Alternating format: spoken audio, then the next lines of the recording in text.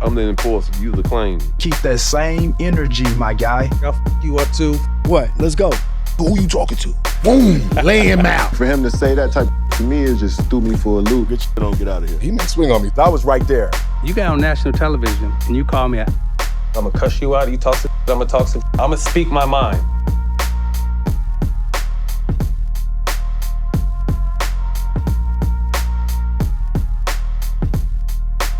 Welcome to the show, Mahmoud Abdul-Rauf. At this point, your name is Mahmoud Abdul-Rauf. Coincidentally, you know, you're really starting to find yourself off the court, playing better on the court, but there's pushback from that, from fans and media. Can you speak to when you've kind of entrenched yourself and made the name change and had that crossover? Because there's been historical athletes who have done the same. Can you speak to what that transition was like for you? Yeah, you're right. So many athletes before have done that. The most notable, obviously, is Muhammad Ali. Mm-hmm.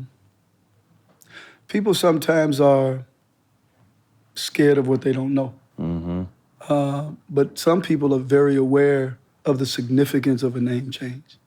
To some people, they understand it to be a highly social and political move that you made because, look, most of our names are residues of slavery, no matter how we want to avoid that. Jackson for sure. Yeah, for sure.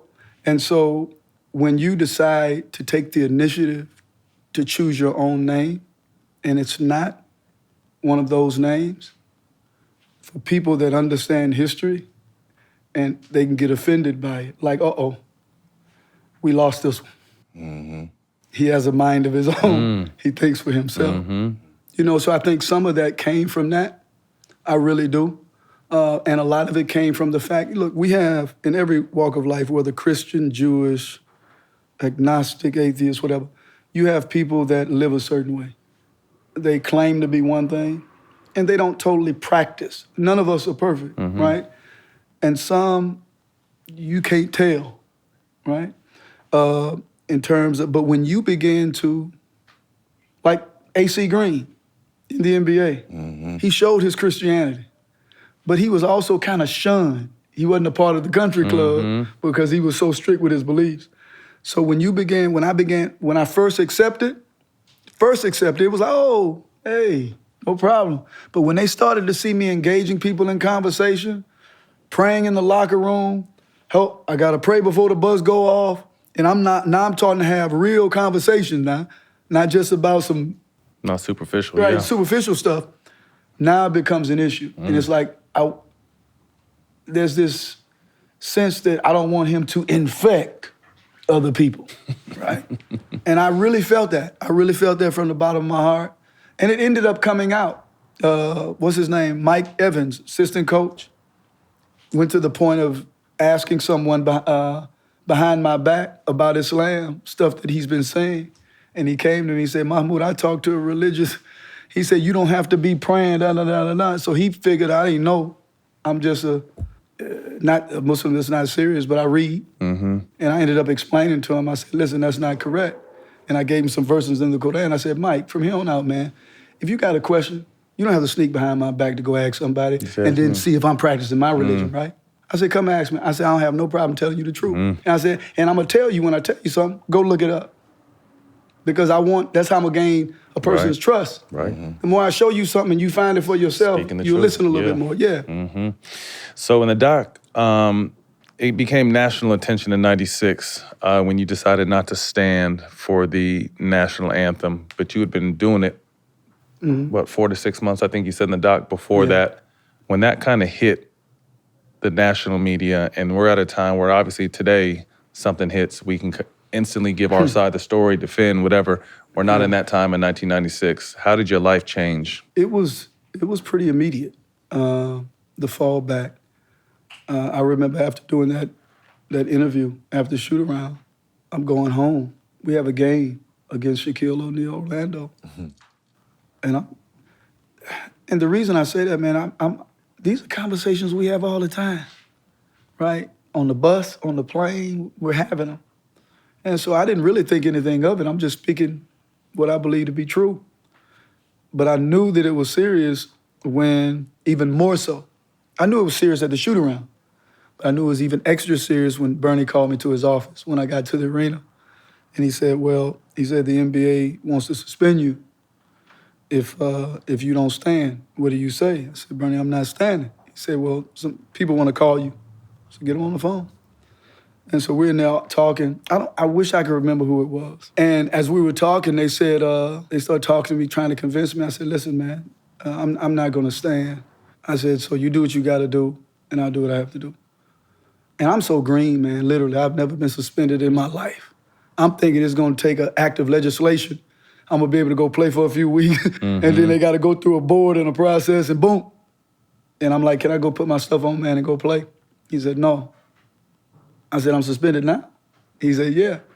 I said, well, can I get dressed and go into the arena and support the team? He says, no. I said, huh? He said, no, they don't want you on the premises. Have a good one. So I walked out, went down, said what I had to say to the teammates, and they looked, and I drove home. Before I knew it, man, it was global. It was all over the news. Then I got on the phone with some people that I knew, a mentor of mine, and we talked. And that's the only reason I came back the next day, or whenever it was the next game, is because of the example that he gave me about something that the prophet did in light of a situation when there was a Jewish funeral procession passing by, and they were at war at the time. And the prophet stood up, and his companion was like, hey, we fighting them, and they fighting us. We're killing each other. He said, what are you standing? He said, I'm not standing because I'm not standing for their cause. I'm standing because God gave a life, and he took a life. He said, so you can stand and it not be for what America in its brutality and its imperialistic ways and represent. You could be standing for those who are oppressed, who are the victims, and you could be making prayer. And I was mad at him when he told me that, in a way, because the pride in me didn't want to come. But he made so much sense, and I like the pride. If you make sense. You gotta, respect it, yeah. Man, I was like, oh. I mean, I was furious. Right. You know, and I said, because I knew what the media would say. You gon'. And so when I came back, that's very, so you made a compromise. I said, listen, man, as a Muslim, as a human being, we make a decision, but if we see something better, we do that. I said, but don't make no mistake. I said, I still feel the same way. Right. That my position hasn't changed. And I had to keep beating that to him, let him know I'm not gonna backpedal. I'm not gonna become less outspoken as a result of this. We can go back to this same process if you want to and kick me out again. Right. No problem, you know. And so that's just been my position. And it's just my position, brother, because I said to myself years ago, and I keep repeating this, and we all have to, as athletes, how many times you wake up and you gotta motivate yourself, remind your self-talk. And I said, you know what? My mission is to live and die with a free conscience and a free soul, whether people like it or not. Can't put a price on that.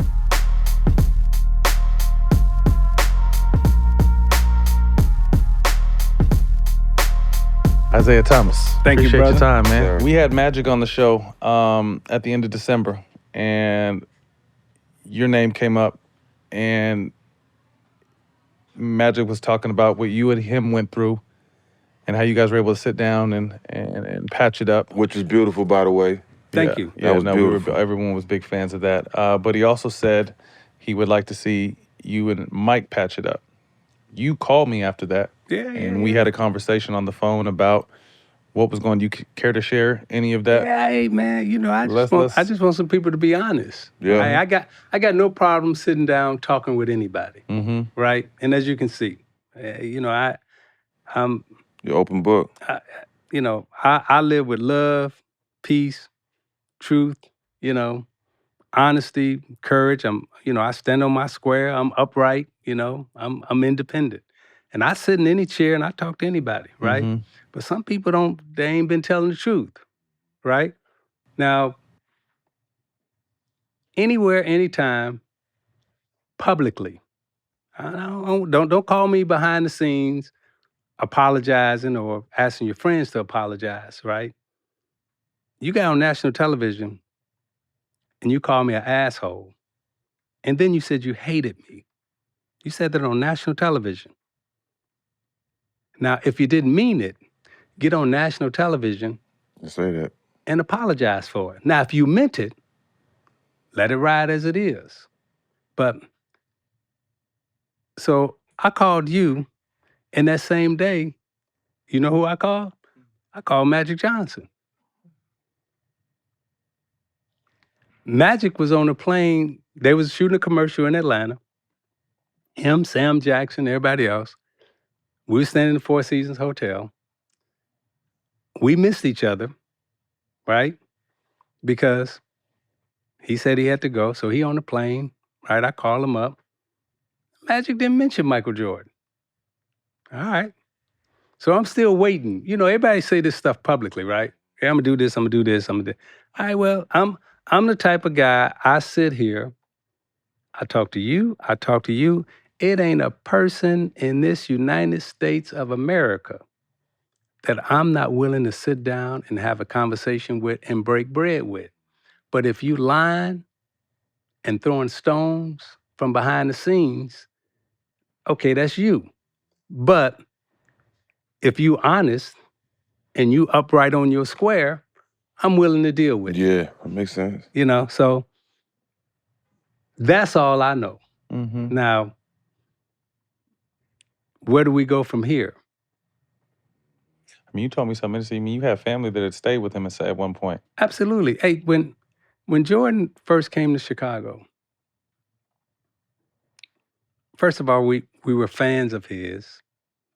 And to some extent, still fans of his.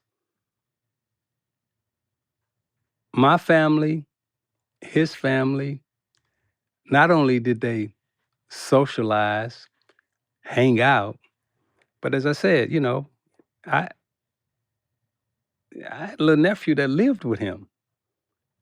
And everybody's still cool, right? Ain't no hate for Yeah. Jordan. Mm-hmm. We just want some realness, Mm-hmm. right? They just, you know, like I say, you got on national television. And ain't nobody nowhere has ever got on national television and called me an asshole and then publicly said, you hate me. I ain't heard that from you. I ain't heard that from you. I ain't heard that from no NBA player. And so and by the way, all them years that you supposedly hated me, you voted for me to be the president of your union. Yeah, I so- seen a lot of pictures of All-Star games and y'all laughing and joking. It didn't look like hate. Yeah, I'm just saying, like, you know, if that, you know, now maybe you felt like that privately and I didn't know. But now that I do know, and by the way, if you didn't mean it that way, then publicly say it. Don't privately say it. You know, Magic, we don't need a private conversation. Mm-hmm. This man did this on national television, internationally. I have to answer this question, right? In every interview that I sit down and do. Mm-hmm. You asking me this question, Mm-hmm. right? So now I'm the one who's looking like, oh, why are you talking about Jordan? Why are you saying Right, this? right. When you to put that out there, and now you at home or on your golf course or doing whatever you do, and now I got to answer this BS question. Mm-hmm. So if you man enough, and you, if you meant it, leave it as it is. Mm. But if you didn't mean it, then come out and clean it up. The same way it came out. Same way it came out, with the same intensity. You gotta respect that though. That's You gotta where I respect stand. that. I mean, because if the shoe was on the foot, I know I've been disrespected a lot, but if somebody disrespected me on TV during the game, but also at the end of the game, they decided, okay, you know what, I remember I said that, let me clear this up before we get off air. I gotta respect that. I can't hold it, I can't be mad at him no more because he corrected himself. Mm-hmm. Hey, you said Magic and I sat down and squash whatever we had going. Publicly. Magic Johnson apologized. He said, I'm sorry. If I hurt you, when I hurt you, I didn't mean that. I'm good with that. Yeah. I got to accept that. And we move on. But if you're going to let this linger out here in this basketball world, and you got everybody else talking, but you ain't saying nothing. Now, if you meant it, Stand on it. Stand on it. But if you didn't mean it, clean it up. Mm-hmm. That's something. You mentioned, obviously it's no secret that you and Magic were best of friends at one point. Yep. And what did it mean to you guys to be able to sit down and clear that air for you? It meant a lot, not only to me, but we didn't know, and I didn't know how much it would mean To all of us. to the world. I had no important, idea. right. Because when you're going through that, you just thinking about yourself. You're not thinking about really how it's affecting other people. And I just had this same thing happen with Karl Malone and I, right? And by the way, thank you, Kenyon. Love you, Saginaw strong. But you don't realize what the other person is carrying, right? You feeling, yourself and your grief and your hurt, Right. but the other person who's carrying that guilt, when you have the opportunity and you can relieve them of that, not knowing that that's how much they carrying, right? That was a powerful moment, not only for he and I, but it was a powerful moment for the world, which we didn't know. Mm-hmm. So it's like 2 moments we've had that we didn't realize what we was really doing that ended up changing a lot of stuff.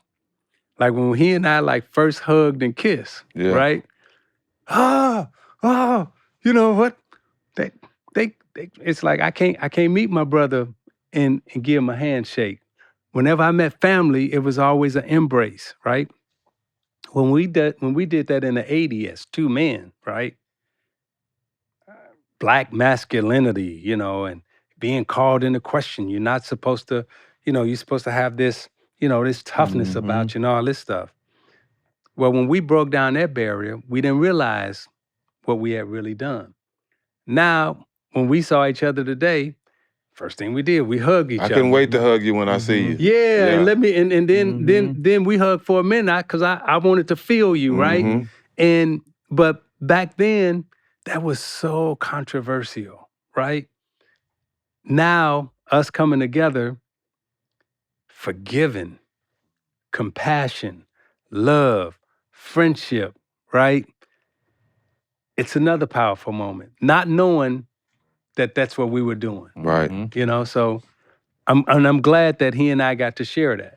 I mean, you mentioned, and that obviously this was going to come up too, you mentioned you got a chance to sit down with Karl at this last All-Star in Utah. What how did that go? Man, for years, man, I wanted to do something to Karl, man. I was well, you mentioned some people might have, but Kmart told this story about how he was watching that game on TV when he was a youngster and got him back for you. Yeah, and I'm saying thank you. Yeah, that's what I'm saying. So you said thank you, but people might have not have caught that. Let me say why I said thank you, and then let me go further with that, because for years, that dude put a mark on me, man, and for years I was like, I'm gonna get my mark back. You put a scar on me, and I'm gonna get my scar back. When I get my scar back, we even. But that, not my lick though. My scar. No, I didn't get a scar back. A lick on heel. No. Scars for life. I need my scar back. Now we even, Straight up. But and so fast forward, right? I'm carrying this around for years. For years. Last Dance come out, and the narrative was, everybody hated Isiah. Nobody wanted him around. Nobody wanted him to be a part of it, so forth. So that was what's being played. So now, on the background, I'm getting calls from everybody. I'm getting calls from the Chicago Bulls team, teammates, people in the Chicago Bulls front office. I'm getting calls from people who was on the Dream Team saying, hey, man, that ain't me. You know how I feel about you, da-da-da. Okay, cool. Then I get a call from Karl. And I'm like, and he said, hey, man, I and this was years ago. He said, hey, man, I just want to tell you, I hear all this stuff about the Dream Team. You know how Karl talk. I'm a man. I'm a real man. I don't, I ain't hiding behind nothing. I didn't have nothing to do with that. You not making the team. As a matter of fact, I'm speaking for Stockton and I. And he said this on camera. He said, if there was a secret meeting, me and Stockton wasn't a part of no secret meeting trying to keep you off the team. That wasn't us. So now, my next question is, so man, why you hit me like that? And this is what I have to respect. And Kenyon, I hope you can respect this too, brother, because and all my people in Chicago and in Detroit, everywhere, I hope y'all can respect this about Karl Malone. Because what he said was, hey, look, I meant to hit you. That's how we played. You come down the lane, you gonna get some physicality. So I meant to do it. He said, but I didn't mean to do that. And I apologize, because I didn't mean to do that. Hey, I have to accept that. You know what I mean? Because now if he would have been like, I'm a tough guy, that's how we play, and yeah, I'm gonna laid you out, blah, blah, blah. But at the same time, now he gets emotional and he start crying. And, when people start crying, now you crying, right? You know what I mean? Yeah, So, Contagious, yeah. yeah, so You never know what people dealing with, bro. yeah, and so I was only looking at it from my point of view. I never knew the type of guilt that he was walking around carrying. And so by me saying, hey man, it's okay. I love you, brother. We good. Man, he said, you just took the whole weight off my shoulder. Now, I never knew he was walking around with weight. I just thought he was walking around like, yeah, I'm a tough dude. Look what I did to you and somebody else I'm going to do. But that ain't the way he was thinking. And when he said, yeah, I meant to hit you, but I didn't mean to do that. Now, that last part, I got to accept, right? And that's, that was real. So I respect that.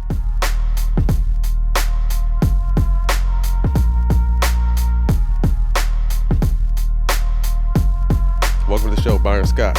So, B, you were Stak's coach his rookie season.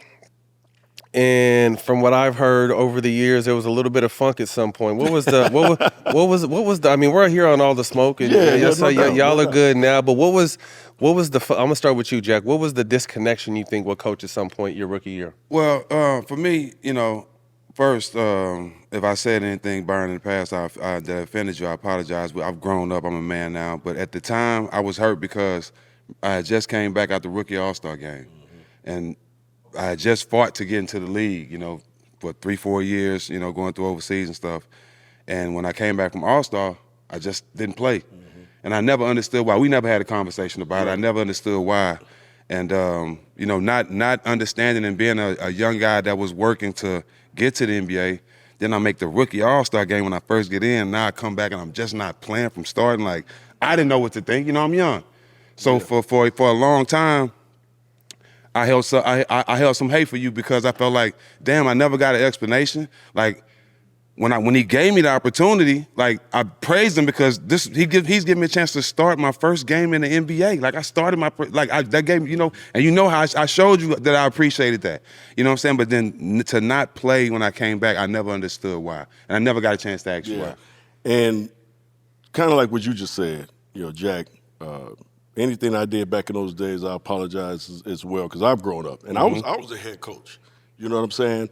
And Jack, this is how this whole thing started from the get-go, just how he made the team. We had open runs my first year coaching Jersey, right? How old are you at this point? 36. I wasn't supposed to be there. Yeah, exactly. I'm 36. I'm young, right? Yeah, bro. I'm young. I still got player mentality. Right. You know what I'm saying? Right. Man, so we got open runs, and I don't know if Jack remember Ed Stefanski. Ed Stefanski. Ed Stefanski, right? After 2 days, I said, Ed, who the hell is that? He said, oh, that's Steven Jackson.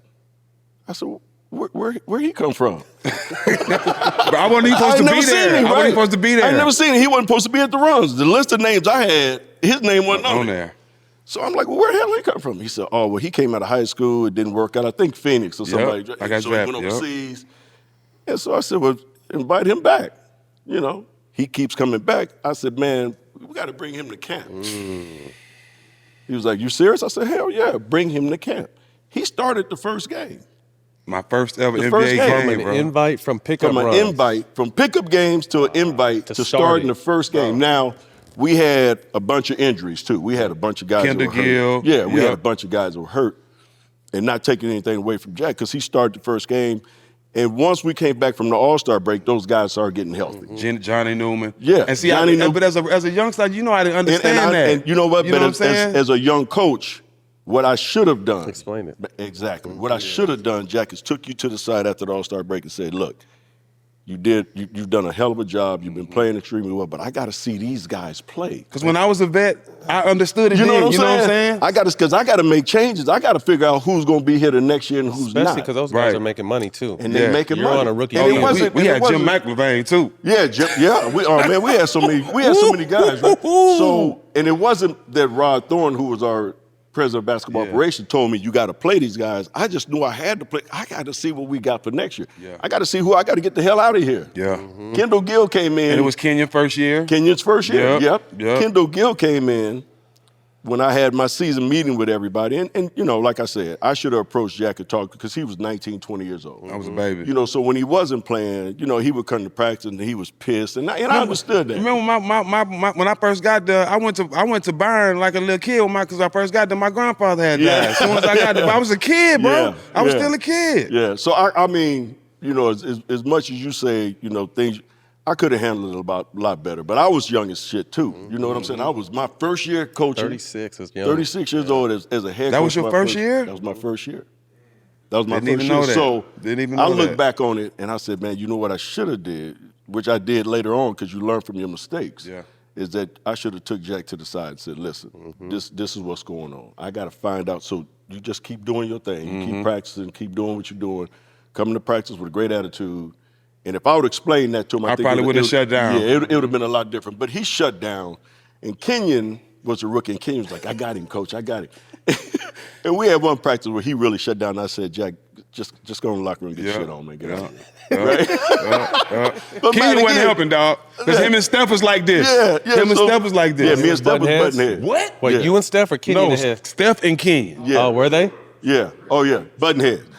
So Kenyon was trying to be the calm one, and you know Kenyon ain't the calm one. He's trying to be the calm one and keep everybody together. And he was like, I got him. I got Jack, coach. I said, okay. So that particular day when I just looked at Jack, I said, Jack, go in the locker room, get your shit on, get out of here. Yeah. And I looked at Kenyon, he just looked at me, he did like this. And I didn't know I'd be a professional then. I Right. was still So young. it was a two-way street. Yeah. And like you said, we both gotten older, we both grown. Yeah. You know, like I said, my biggest mistake was I wish I could go back and say, let me take him to the side and explain the situation. And I still hold that appreciation. Nothing has changed with you giving me the opportunity when nobody else did and allowing me to start my first NBA game. So I will forever appreciate you for that.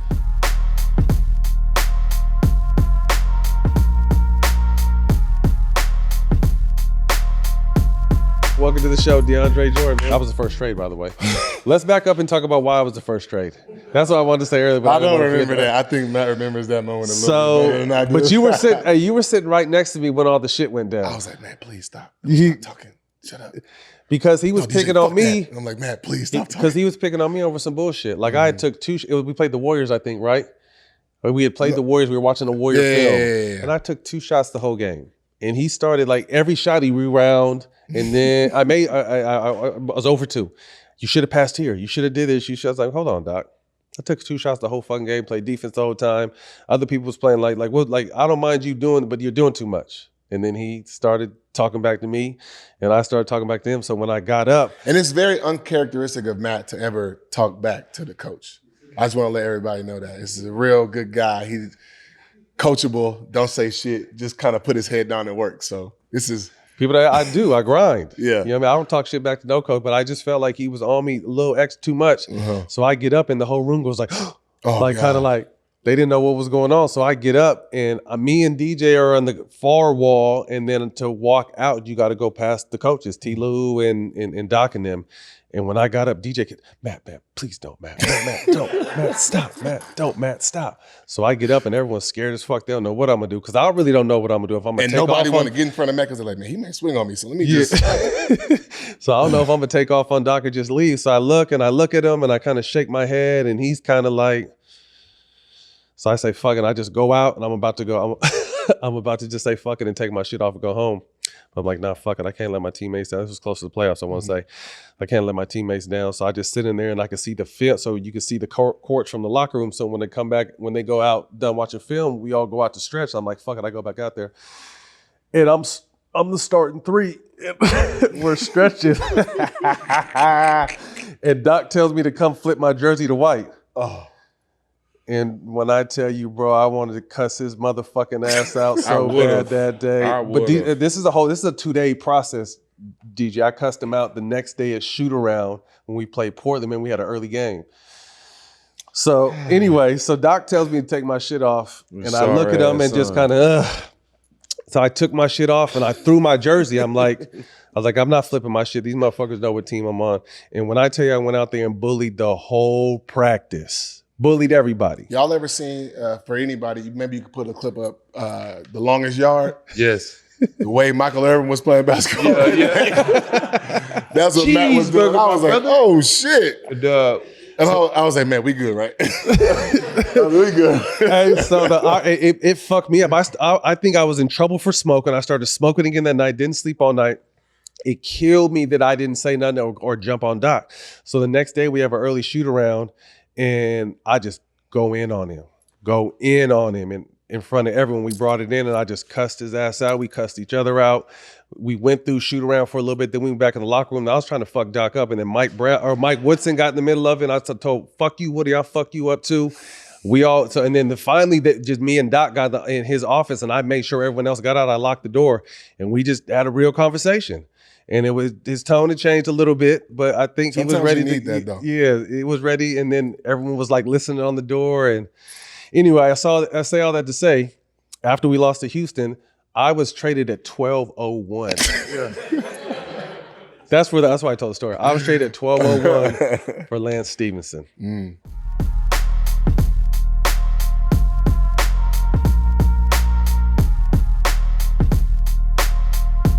Welcome to the show, Will Smith. Nearly 6 months removed from your situation. Yeah. What have you learned about yourself from that Oscar night? That was a horrific night, man. That was a horrific night. To you? For me, yeah. I made all the real ones Mm-hmm. who understood, Mm-hmm. I'm gonna stand up for my wife, whether I'm right or wrong in any place. Mm-hmm. So I understood that. I don't care what you say. Nobody can make me think that anything you did was wrong. Let me tell you one of the words, because I was right there. And I get home, and my nephew, 9 years old, his name's Dom. And he is the sweetest kid in the world. You know, him and my sister live with me. And I'm sitting, we got these bean bags in the kitchen. I'm sitting in the kitchen, he's sitting between my legs, and he's holding the Oscar. And he goes, "Why you hit that man, Uncle Will?" And I was like, "Oh!" You gotta explain that to him. And it's like, you know, I'm gonna be crying. Somebody got tissue? And it was, I got one. And it was like, see, I knew y'all was gonna have me, yeah, right? It's all good. You can't explain it to him. He stayed up late. Right, waited for you. Waited for Uncle Will, you know, and it was like, you know, I can do all the justifications forever. Right. He won't understand it. He can't, you know.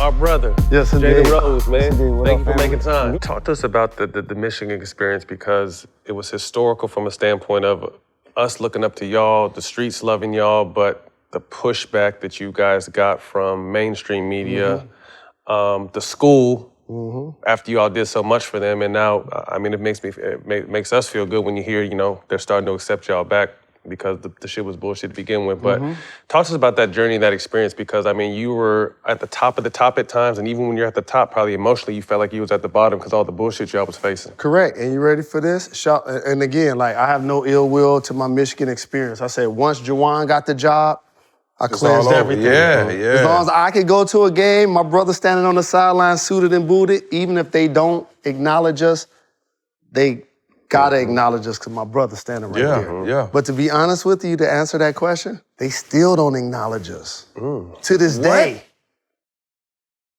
To this day. No, the balance not going back up? I was just I got season tickets. I'm looking up. I don't see nothing. Motherfucker's still not up there, huh? To this day. That's weak. That's weak, Tucker. Just like he said. Right. I just told him, I remember my junior year in high school, in 95. We bald heads, big shorts, black socks, because of y'all. So we know what the influence, so for y'all not to be accepted there, that kind of just says a lot about the university to people like us. To this day, Deontay Wilder. I got season tickets. I go to the games to represent for my brother. I ain't go back when C-Webb got his ban, and then like how we wasn't acknowledged. From when I left until like 2020, no, not 2018. It was like a 20-year period. I ain't go back to Ann Arbor but like once. One time. Until Juwan got the job. That's when I let it go. But they still ain't like acknowledging us. The Fab Five numbers ain't even retired at Michigan. That's crazy. That's crazy. Right now. Like, I was just watching a kid, shout out to Robbie Humble, a kid that go to Purdue. I was watching the game, like, he got his number retired? Like, and so I had to ignore it, Matt. I had to ignore it, Jack. I had to just let it go. Damn. How hard is that though? Because just like that's some of your best years of your life. The best. You know what I'm saying? The best. And them bonds that y'all built, you know what I'm saying? They're gonna last forever. And what pisses me off is that my Texas brothers don't get their true salute. Yeah. Like, I love Ray and Jimmy, and I ride for them on and off the camera. They'll tell you. And I hate that Ray Jackson sacrificed so much to be a part of our team, and I know he was purposely kept out of the NBA at that time. Really? Purposely. He won MVP of the CBA and still didn't get in the league. Yep, sure did. Sure did. That's the equivalent, y'all, of winning the MVP of like the G League or whatever the main minor. He was balling. That was our G League back then. Yeah, he was balling. He deserved the chance to play. Same with Jimmy. And so now that the NIL rules exist, imagine if they could have got bread then. We had Hirachis that we was rocking, long shorts, black shoes. Imagine if we got bread off of every pair of black socks that get sold. We would have had that. Facts. We would have had that. Nobody wasn't doing that. We would have had that. And so I hate that for them. Yeah. Because Ray, in particular, he sacrificed the most. Ray was faster than us. He's more athletic than us. Like, I used to sit back and marvel at him, like you should have went to Texas, dog. Facts, me and him had this conversation. He'll tell you, we're in South Quad at U of M, and he wasn't playing. I had talks with Ray like, dog, you might need to think about transferring. He was that good. Yeah. He gave up that much. And so I hate for them not to get their love. Right. Because they deserve it so much. I mean, obviously we're touching on the lows, but talk about some of the highs and the culture, how you guys were able to, intermix the culture of hip hop and sports at such a young age. Like, normally you leave that to an Allen Iverson when he gets to the NBA, but you guys were able to do it as teenagers. Like, Magic and Bird, helped revolutionize the NBA for the 80s. Right. So that's the league I ended up watching. And then, Jordan and Isaiah and Hakeem and all of these guys get drafted in the 80s. So, they needed to turn around the image of the NBA. So they weren't really, politically driven as the athletes before them, the Muhammad Ali's, Kareem Abdul-Jabbar, Bill Russell, they weren't as politically driven. But I looked up to UNLV's team. Anderson Hunt went to my high school. Okay. You know, the Final Four MVP in 1990, played with LJ and Stacey Augmon. He went to my high school. Derek Coleman was when he was at Syracuse. Big John when he was at Georgetown. Big John actually reached out to us because that was a time where he was opposing the Prop 48 rules. And the game would start, they tossed the ball up and Big John to walk off. Well, he was in contact with us about doing it too. A lot of people don't realize that. And us just being ourselves and realize like, this one, I know this sounds crazy. This is when rap music wasn't accepted by sports. Mm-hmm. Yeah. Like when I was in high school, using the layup line and stuff, like they wasn't playing rap. Nope. I remember I was the DJ. I used to bring the tapes. You had to put the little tissue at the top of the tape, like start it right here.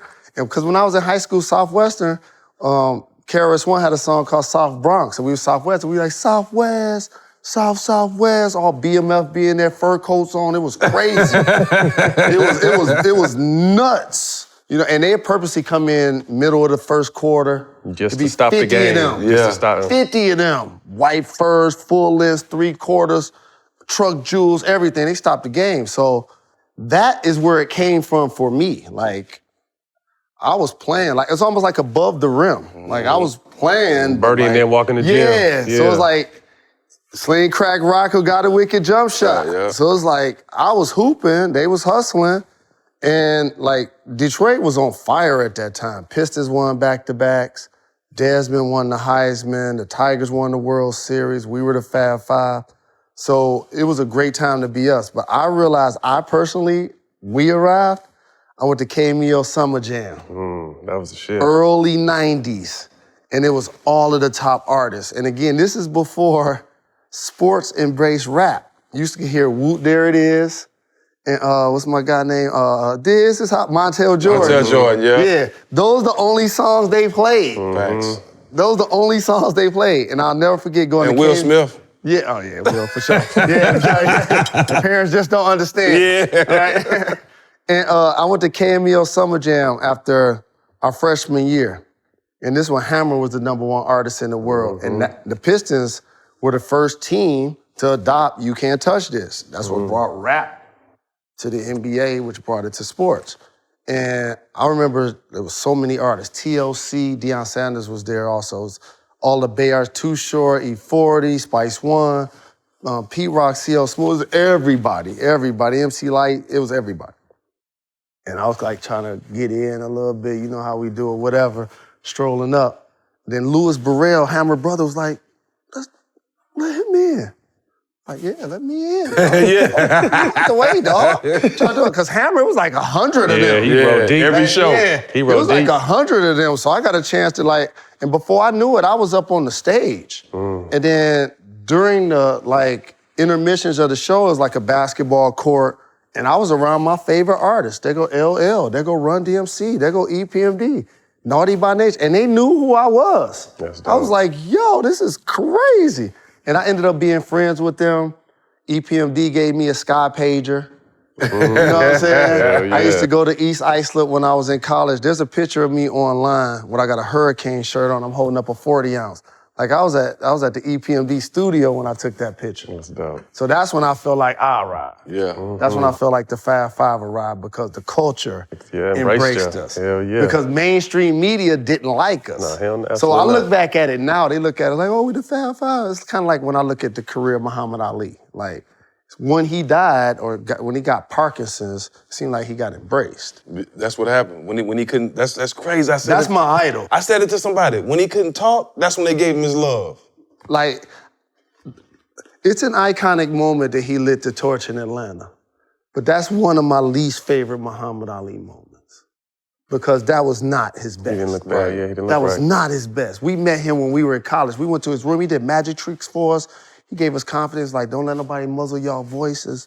All that. He moved to Michigan. I got a chance to meet him a lot. And so we as athletes and as black people came a long way to expressing ourselves, and he was a trailblazer for that. Deion Sanders was another trailblazer for that. Anytime you tell yourself you great, before they tell you great, they don't like that. Yeah. You know what I'm saying? They don't Especially when you right. Especially when you right. Correct, exactly. Especially when you right. So it went down like that. What part did you play in the 5-5 swag? Like, I know everybody had their own input. The baggy shorts, the shoes, what part you played? It's hard for me to, like, say it without people thinking like I'm trying to make it about me. But you was the fashionable one though. But I was the To this one, day, look at it. I was the one that cared. I cared more. That's all. Yeah. Like Jawan didn't. Jawan was like, dog, I'm trying to ball. Jawan's a professional. Jawan was always 10 years older than us. Yeah. But the same age. But the same age.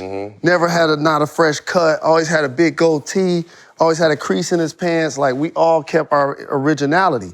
And so many times people talk about us all wearing bald heads. He ain't cut his hair bald.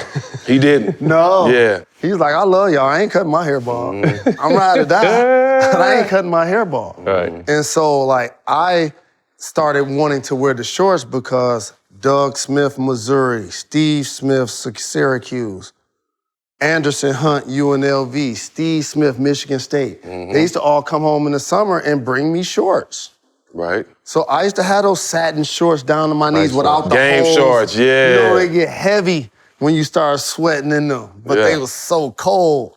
So, like, by the time we got to college, I'm like, y'all got a Nike contract. I know y'all can get us some longer shorts. That's really what it was. Yeah. Bobby Bland, I remember his name, our equipment guy, like, we want some longer shorts. And then the other thing, y'all know, Nike rep came in, welcome to the school, everything's great. Man, he put out some power forward shoes, man. Backup power forward shoes. Back up. Yeah, like, dog, we not wearing them. Barclays. Where the Bo Jackson? Yeah. The Huaraches. The Deions. We ain't wearing those. Yeah. High tops up to my calf. I'm not wearing them. And so that's when the Huaraches came. They didn't even want us to wear them because they felt like it wasn't a basketball shoe because your ankles were out. Right. And so we wore them. They's like, you got to get your ankles taped before every practice, before every game, for a lawsuit. Like, nah, okay, cool. And then we signed a little waiver so we could wear those shoes. And that's where, like, the whole fashion thing with the shoes came from. The bald heads, it was more like just solidarity. One for all for one, whatever. The socks, Ray Jackson. Really? Yes, indeed. We were about to play in Texas. I forgot one of them Texas schools. And Ray's homeboy came to the hotel. Ray was like, I've been traveling, bring me some socks. And he brought Ray a gray pair with blue Nike. And I was in the room playing Madden. And Ray came in the room and he pulled out the socks. I'm like, dog, where you get them from? He's like, he just got them for the mall. And then we all looked like, did they have some black ones? Right? Like, So we went to the mall. Now just think about this. They didn't have 5 pairs of black socks at an entire mall. The first game, I wore dress socks on top of my white socks. Yeah. True story. I had on dress socks. We went into the little stall, we put on our unis, covered up the socks, We ain't gonna snap off our pants until right before the tip-off. So they won't tell us no. You know how that works. We do it prior, gotta get it from the PR, gotta get it from the coach. Somebody gonna shut it down. They gonna shut it down. Exactly. So we gonna make sure they can't shut it down. Yeah. So that's how we did it. That's dope. Hell yeah.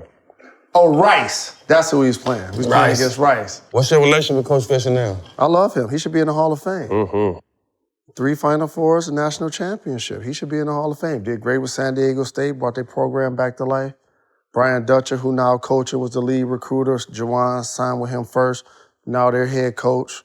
He was giving out tickets on campus. Now they got a real program. He should be in the Hall of Fame. He's got as many championships as Jim Boeheim. And my guy at Michigan State, who I love. Izzo. I mean, he got as many championships as them. So I feel like he deserved it.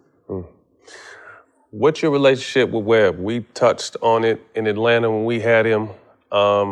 recently just inducted to the Hall of Fame. Saw that shout out. But what's your relationship with Webb? I love Webb, and I'm almost sure, especially since Juwan just re-signed, that I'll see him in Ann Arbor. I'm back living in the D, and I see he just did The some cannabis incredible stuff out there.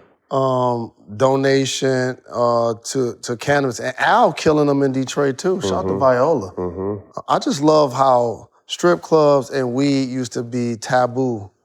Even though everybody else was doing it, now we starting doing it. It's great to see us getting profit off of it. And so I believe we'll be able to break bread this year or whatever at a game.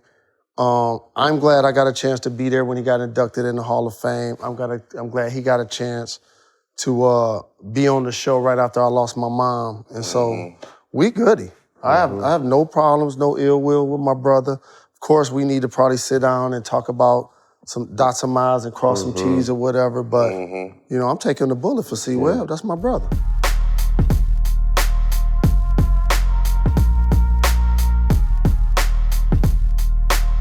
Welcome to the show, the legendary Eric Dickerson. In a January 2022 interview with the New York Times, you discussed possibly suffering from CTE. Where are you at with that? Is that something that's... Oh yeah, man, of course. I mean, I'm not the same guy I was when even after I retired, you don't know. I mean, like right now I got onsets of Parkinson's. I got to take a medication for Parkinson's. I'm gonna tell you this, the sad thing about this whole deal is that with the NFL, and look, I used to love playing football.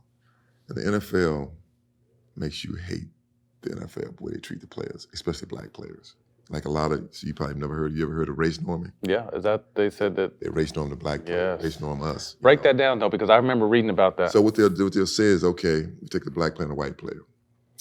The white player was already smart. The black player was not smart already. So if he comes down, the white player should get paid, but the black player shouldn't get, because he was already dumb, basically. He was already kind of dumb. So, and this wasn't even that long ago, though. Oh, this was like 5 years ago. Yeah. And they out, and they said that, we won't do it again.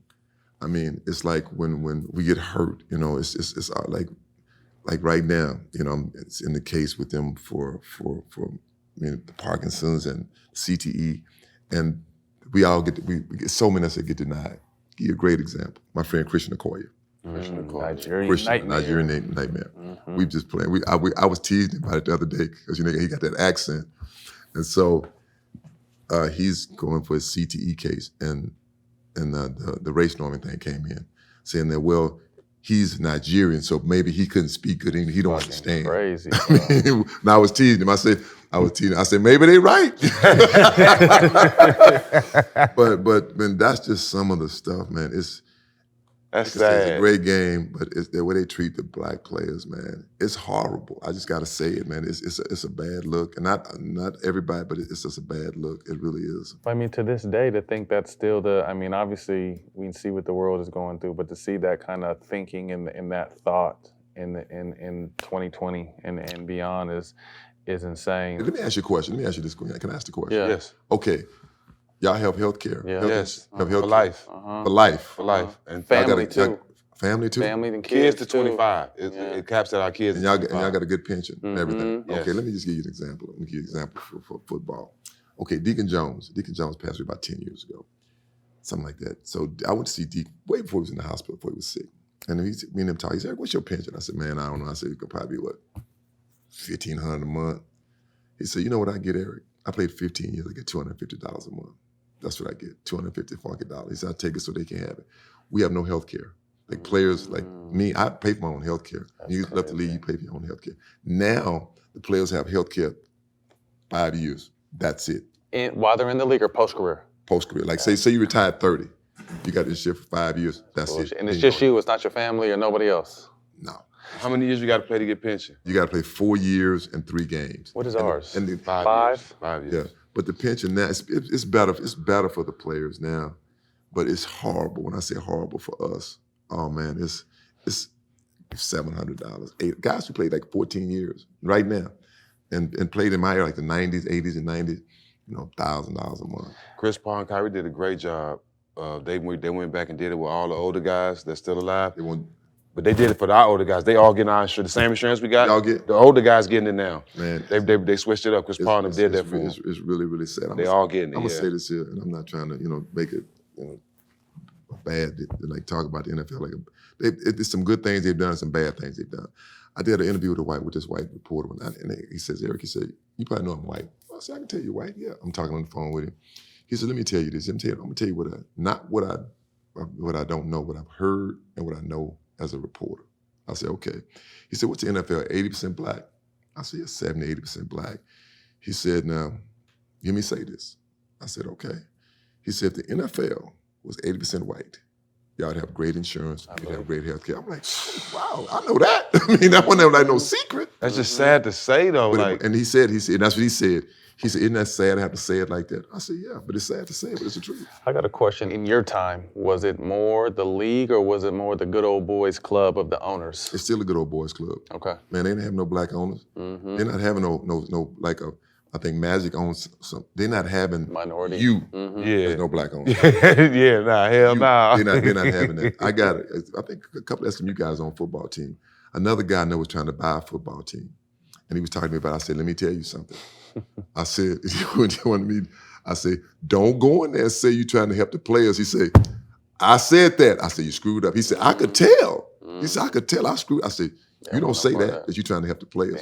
It's not about the players. It's about the money they can make. That's insane. They'll give a couple of athletes and rappers like a little percentage of the teams. Like you can come and take pictures. 0, 0, 001. Yeah, no full ownership. What? Nah. Come on. The good thing to me, and I don't wish death, I know when that good old boys of your generation, those guys are passing on. Yep, but it's still going. But they passing to their kids, and it's still a good. That mentality don't leave the family. It's still a good old boy situation. It is.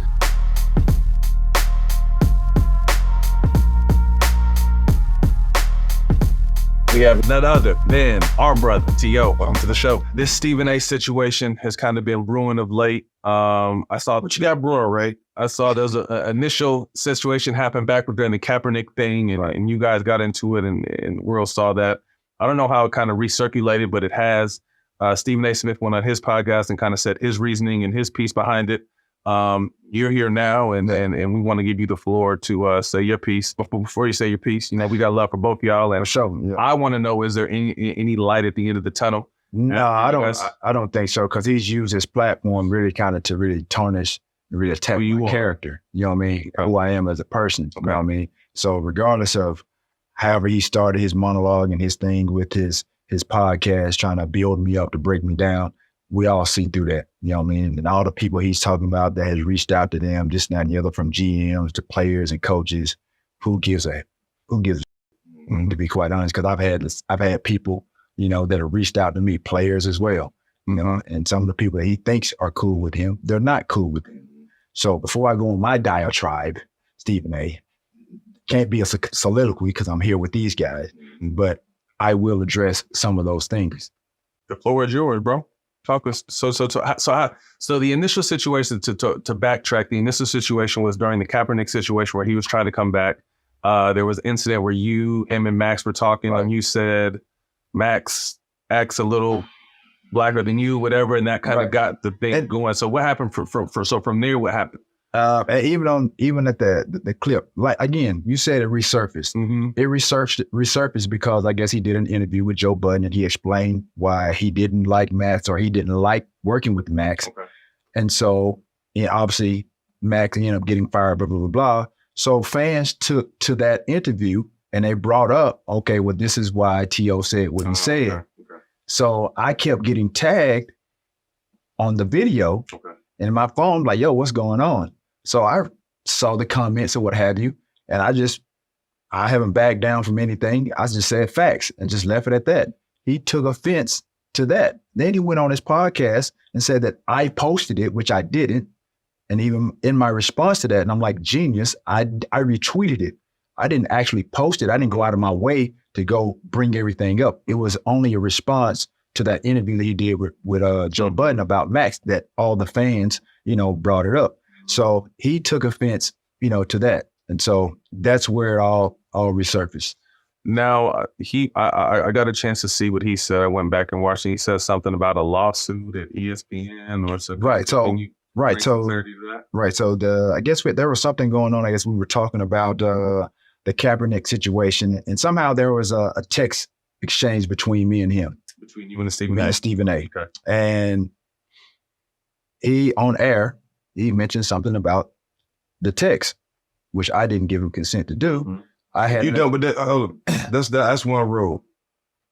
If somebody texts you or any type of conversation takes you, do not share that on social media or none of that, bro. You just, especially the person don't know. Yeah, right, exactly. Right. So I didn't take the honest. I didn't go out of my way to go file a lawsuit. I had an attorney that reached out to me, like, "Yo, that's not right. It's copyright infringement, something along those lines." Okay. Oh, so someone just reached out. An attorney came and found you about it. Yep. Said, "Do you want to pursue?" Yeah, action this is against-" what happens. Like, he can't do that. So Gotcha. it wasn't really him. It was I looked at ESPN. ESPN has dogged me over the years, mischaracterized me. You having people having misunderstandings about who I am. You know, whether you know, as far as my character is concerned, everybody's talking about I'm arrogant, I'm selfish. Of course, I've had disagreements with some players, some coaches, but who hasn't? Right. Now, my question, but I do not to cut you off. I want you to finish. Right. I do remember he was one of the best. So before all this hit, you guys were cool then, because I remember he used to stand up for you a lot. That was the one thing he used to do back in the day before the shit hit the fan. I think everybody realized Stephen A. was cool with a lot of things back in the day. Okay. But as time has surpassed, a lot of people have a different opinion about who Stephen was then and who he is now. I'm one of those people. So regardless of that, me and Stephen A., we ain't buddy-buddy. You know what I mean? Whether he talks good or bad about me on his show, whether it's objective or subjective, that's his job. Okay. I didn't know Stephen A. prior to me, I guess our initial meeting. I guarantee he knew about me because of my play before I knew about him. So we're not buddy-buddy at the end of the day. And so again, back to my point, the attorney reached out. He said, this is what we're going to do. He went out to ESPN. He submitted the file or the claim to ESPN, and that's how things started. But for him to say and allude or insinuate that it's a money grab or something like that, that's not cool. You know what I mean? To insinuate, oh, I'm broke, this and that and the other, because these are certain things, like I said, that it is personal. You know what I mean? It's no secret. I was represented by Drew and Jason Rosenhaus. They referred me to Pro Sports Financial, who was a financial advisor, and Jeff Rubin. It's public knowledge, bro. I got taken advantage of. They stole a lot of my money. Anybody that knows me, I didn't just go blow my money. You know what I mean? So yeah, do I have the means that I had back then? Absolutely not. But for him to go on TV and insinuate certain these things that I did X, Y, Z, and I'm desperate, that's not cool, bro. That ain't nobody's business. I'm not gonna let that slide. So at the end of the day, and I told him, I told him, I said, yo, keep that same energy. You're gonna call me a sorry ass and I'm pathetic, things of that. I'm trifling. If I ever come across him, keep that same energy. It's not a threat, but you're not gonna use that platform to downgrade me as a person and what I've accomplished for your benefit, because you have a platform to do that. And then talk about and bring up all these top name people or high qualified, I guess in his name, to demean me. He mentioning the Donovan McNabb, the Brian Dawkins, the Primes, you know what I mean? Shannon Sharp, you know, talking about GMs and players, talking about don't go after him like that. What have I ever done? Then holding up papers in his podcast like he got something on me. That he's gonna expose me. Expose me for what? I urge him to. I give him permission to expose me because I've never done anything. You don't have anything on me. You got the world looking at me crazy like you got something on me. So if you do, please let it be known. Yeah, the one thing I will say about athletes is that we don't really have too many skeletons. Like all our shit is front. All of our shit is front and center. So I get what you're saying with that. So, I mean, is there anything else you kind of want to, like I said, I want to make sure you get that out or anything else off your chest when it comes to that?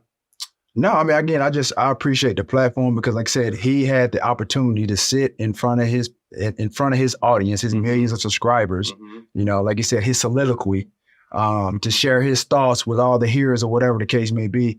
But for me, I wanted to share that with everybody to give them some context as to what he's saying is not accurate. It's not totally true. For him to try to build me up and then bash me and attack my character, that's not going to fly with me.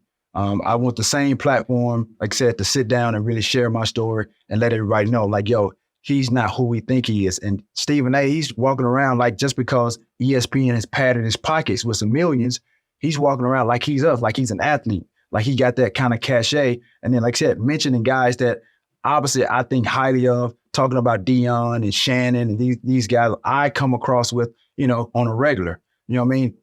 That's not cool to be name dropping. You know what I mean? Because now I'm around these guys and I'm like, okay, well, how do they really feel about me? You know what I mean? How do they think about me? You know what I mean? So that's where I am with it. You know what I mean? So as he said in this podcast, we don't ever have to speak again. Okay. Never, ever. But make no mistake about it. I don't try to be no badass, no nothing, bro. Anybody know me? I'm easygoing. I'm cool. I've kept my nose clean because I was raised the right way, bro. Right. But you're not finna sit up here and try to bash me or attack my character in front of millions and sit on ESPN with your compadres or what have you and act like you bad and you this and that and the other. That's not gonna fly with me. But like I told him, keep that same energy. And I'm like I said, I'm not condoning no violence, but you're not gonna disrespect me. You know what I mean? Because when it comes to the player, that has nothing to do with that. That has nothing to do with this. You know what I mean? It's me. For me, like I said, it's personal. So at this point, like I said, at this point in time, that's how I am. That's where I am with it. Anytime as a man, where you feel disrespected as far as your character or your integrity, you should feel a certain type of way. You know what I'm saying? Any man should, and you should respond. Unless you're not a man. Right. You know what I'm saying? And unless you don't stand on morals or respect. You know what I'm saying? And for me personally, anytime something that's talked about in private and is shared public, it's gonna cause a problem. Right. Like Matt said, especially if it's not an understanding before that. You know what I'm saying? So a lot of things that from hearing the way it happened, I feel like it could be a conversation between y'all, because with the media knowing this and all this stuff being out, it's a lot of stuff that's been said that ain't true too.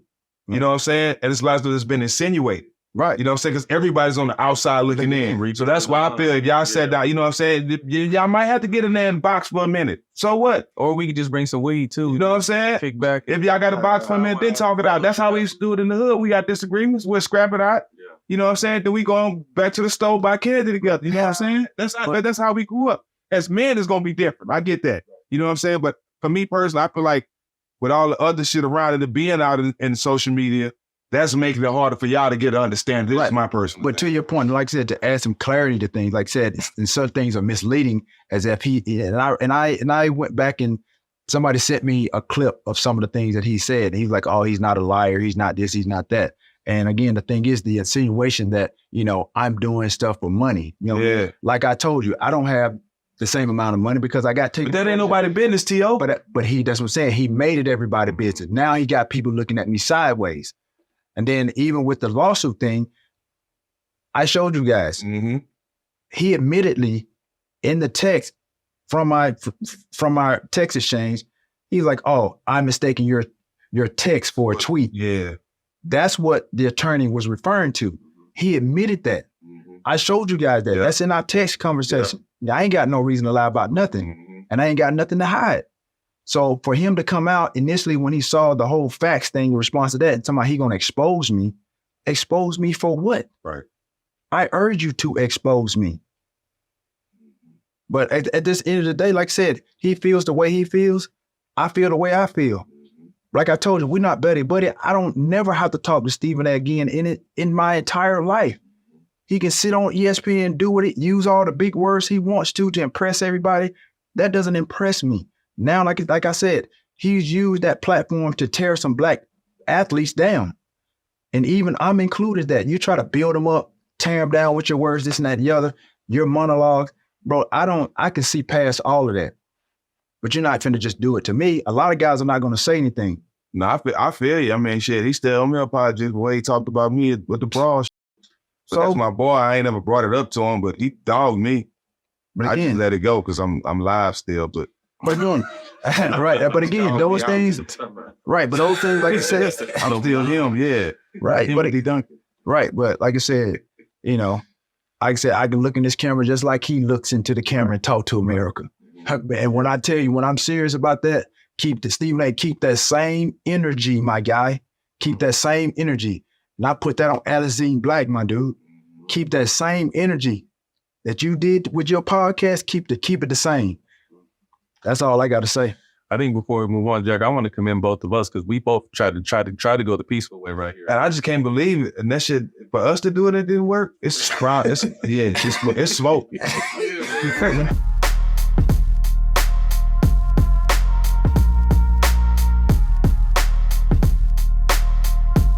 Welcome to the show, Pat McAfee. You spoke a name and called out someone a suit that you felt like was kind of, for real. Weed. Yeah. I mean, the courage to do that, and you got a lot of respect. You already had respect, but even more respect for doing that. Has there been any backlash, any conversation? Because like you said, there is a give and take and a tug between what people have hung their hats on for years and made a lot of money and what is coming and what it's going to be. I don't know if there was any conversations that happened behind. Obviously. So, I thought that was a warning shot to that guy. I didn't even think that was a direct hit. Yeah, because I'm the executive producer of my show. I report directly to Jimmy and Bob. So I'm not really viewing anybody as, I saw everybody Pat calls out his boss. I don't got a motherfucking boss. What are we, what are we, Jim Pitaro? Are we talking Jimmy Pitaro or Bob Iger? Is that who we're talking about? Because those are people that could technically be described as my boss. And Burke Magnus as well, and I have a great relationship with him.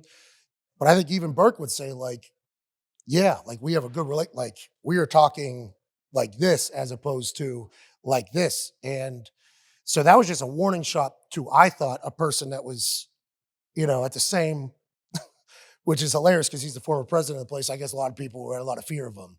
I did not. Right. I do not have, that guy left me sitting in his office for 45 minutes, no-showed me when I was supposed to have a meeting with him, right? When 6 years ago, whatever. No-showed you? No-showed, yeah. Wow. Yeah, so And you remember that? What's that? And you remember that? This thing's a fucking elephant brain, There buddy. you go. Yeah. I am. Yeah, I got everybody's. Yeah. And he also banned all my friends from coming on my show.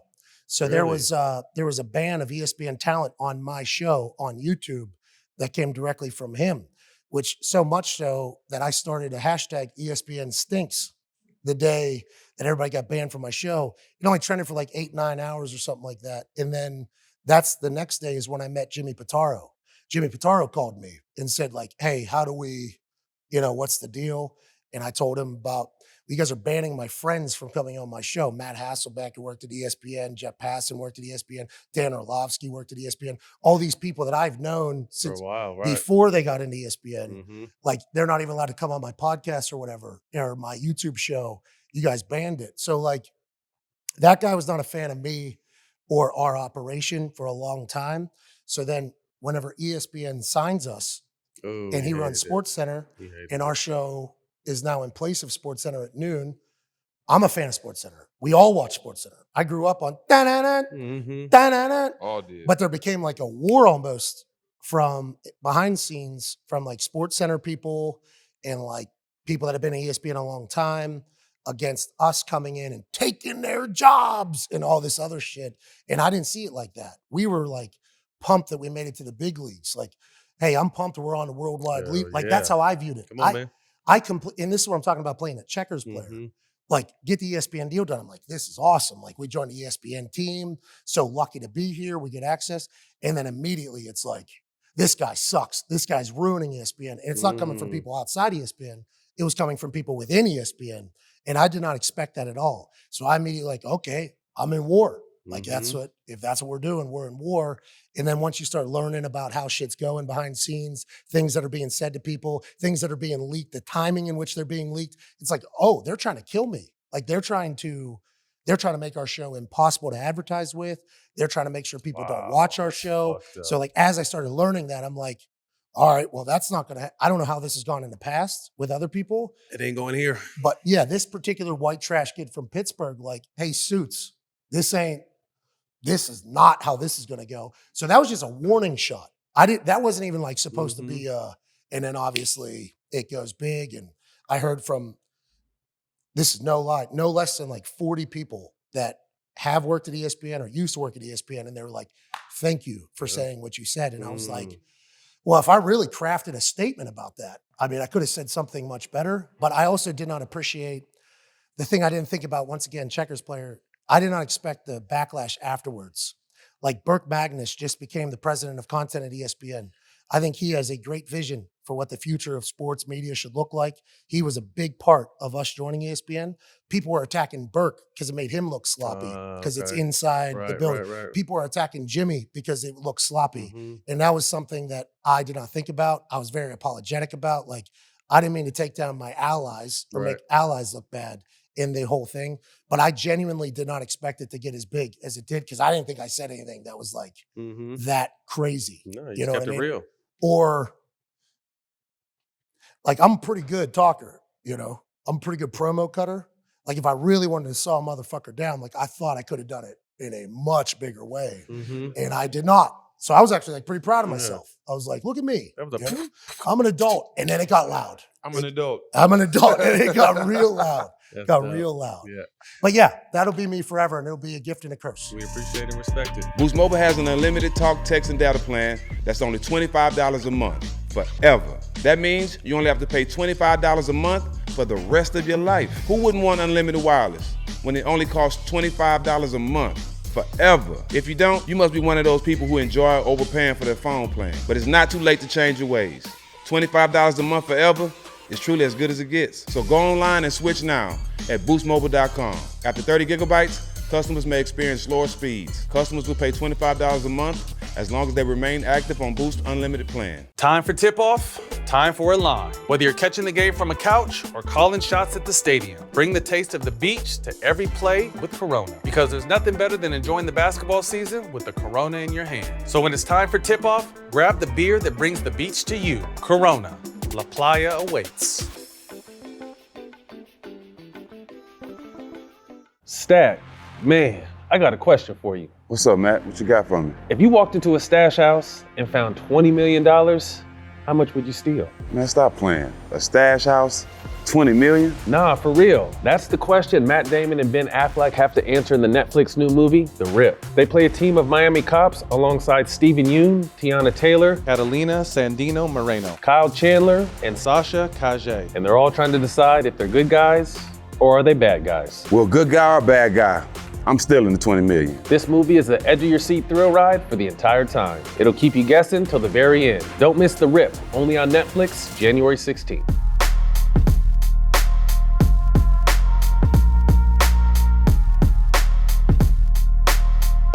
Welcome to the show, Dwight Howard. We just didn't have a chance to really Build it.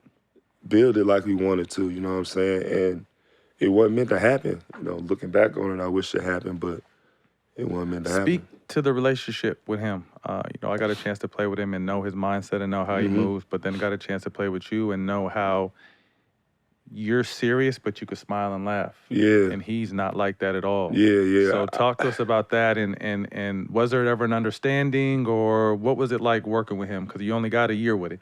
I don't think it was the understanding that we could With and we should have, with time. Because there was so many expectations, and I'm going through my own shit with trying to recover from this back surgery and then tearing my labrum. And it's like, man, how do I deal with somebody that I grew up watching as a child, but now we teammates, we just played each other in the finals. Right, literally. So, like, we got this rivalry, like I want to beat his ass, but now we teammates. So it's like, shit, I can't do that no more. But it's Kobe Bryant. You know what I'm saying? He dunked on me. I want to get his ass back. Ooh, he dunked on you tough, bro. Shit, I forgot about that. You really had to do all that? Yeah, because that was But one for of them real? ones. That was one of them ones. But for real? You didn't got other people. But for real? But that was one of them ones. Like the whole time you was over here laid back. Yeah, you know, but yeah, he dunked on you and shit. That was one of them ones. Hey, you didn't pay people back 100 times worse, but that was one of them ones, bro. He did.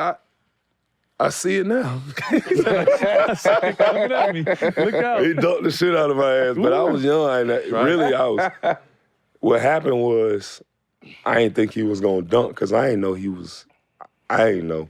Was that your rookie year or second year? It was my rookie year, so I thought he was finna come over and do like a pull-up on the glass. That was 8. That was 8 Kobe. Yeah, so 8 was dunking everything. I didn't know. Oh, okay. Until after. He found out. I found out. Yeah, 8 was dunking everything. He split. It was Pat Garrett and Deshaun Stevens. He split the pick and roll, and I jump over and come through like that, like I was going. I don't know what the fuck I was thinking. And so then I closed my eyes too. And all I heard was boom and oh! I said, oh shit, this nigga thought on my ass. So then Brian Grant, he said, welcome to the league, young fella. I said, oh shit, man, this nigga Kobe got me. And then right after that, my homeboy, it was my birthday, so he made a cake with Kobe dunking on me. That's hard. Everywhere I was at, I could see a picture of Kobe dunking on me. And it was like, me and Kobe always, this some bullshit. We always been connected after that. Every picture I done seen, I'm in the background. Like, fuck you, Kobe. You done dunked on my ass. Now I'm in all your pictures in the back. Like, but yeah, man, rest in peace, man. Yeah, absolutely. We had some great times, man, even when we was teammates. Talk to us about some of the cool times, because it wasn't always, he's not like that and you not like that. Nah. So there was definitely, I know I wasn't there, but I know you guys had some good times. I used to just always mess with him how, before the game when they introduced him, how he would try to chew gum, but it was no gum in his mouth. But he was acting like he had gum, like how Michael Jordan would come out. So I'm like, yo, are you trying to act like Jordan? Oh, no question. No gum in his mouth, and he just sitting on the bench. Yo, Dwight, you ready to play? Yeah. Hey, so tonight, you know. I'm like, yo, this nigga Kobe's crazy. But then MJ, off the court, we had some times together in Vegas where, we had some parties and we just chilling, and it's just, you see Kobe in a different light, you know what I'm saying? And we just talking and kicking the shit, And I remember going to his house one time, and he liked that movie Pitch Perfect. And so I'm like, he like, yo, you seen that movie Pitch Perfect? And I'm like, yeah, I like that movie. He like, yeah, I like it too. I'm like, get the fuck out of here. You don't like no Pitch Perfect. I'm like, ain't no way. I'm thinking you watch all crazy ass type movies killing people. But you like Pitch Perfect? He like, y'all just watching that shit last night, bro. It's one of my favorite movies. Did y'all just become best friends? Did we just become best friends? It was crazy. Like, just as a kid watching Kobe play, and then coming out of high school, Kobe dunking on you, then you're in the Olympics with Kobe. And then you on Kobe's team, and then y'all arguing with each other. And all that is still, even a dream, just like, I don't care what people say, like, me and Kobe connected. I look back at all the pictures I got of him, and just me and him together, just talking all the shit that done happened between me and him, like the personal stories that I ain't gonna say on camera, like all that is like, I can see that. So when people saying, oh, Kobe ain't fuck with you, or this happened, I just laugh like, people don't really know. And then only knew. We played together, we didn't work out, but that happens. It wasn't meant for us to win together like that, but I got a chance to see him in so many, it's like different eras of Kobe, like my high school era seeing him play, watching him in the Olympics together, playing against him on the same team, and then watching him be a dad and training all the different women, Candace Parker and all that. So, just seeing all that. And then when he passed, man, it really broke me down. Like, I'll never forget how it all happened. We just played in Philly the night before. Bron had broke his record, the scoring record or whatever. So I remember just sitting down thinking about, Kobe scoring all them points, and then LeBron coming up and scoring all these points. And I was like, you know what? It's always good to tell people why they're alive, how you appreciate them and stuff like that. So I sat up there on the bench and I was like, you know what? I'm going to tell LeBron, like, that's a great accomplishment, dog. So I'm proud of you. I've been playing against you since we was 15. So I went over there and told him that. Went back to the room, and we started talking about Kobe and how many points he scored and how he dunked on me and all this stuff. And then we get on the plane and we flying back and my phone is blowing up. And everybody's asleep. So I wake up and I look and it said, Kobe died. I'm like, get the fuck out of here. And so I'm looking around, everybody knocked out. I'm like, this can't be real. So I go on Instagram and I just see a whole bunch of messages, Kobe died. And then I go wake up Boogie and I'm like, yo, look at this. He's like, yo, what the fuck? So I wake up AD and LeBron, I start waking up like, yo, bro, Kobe died. And so I'm like, yo, this can't be for real. Go to the back, everybody else start waking him up, just start crying. I go to the bathroom and I'm just start crying for like 20 minutes in the bathroom. I'm like, I can't believe it. Then I started thinking about his daughters. Like, dang, they ain't gonna have no father. Then one of his daughters died. I just kept thinking about that.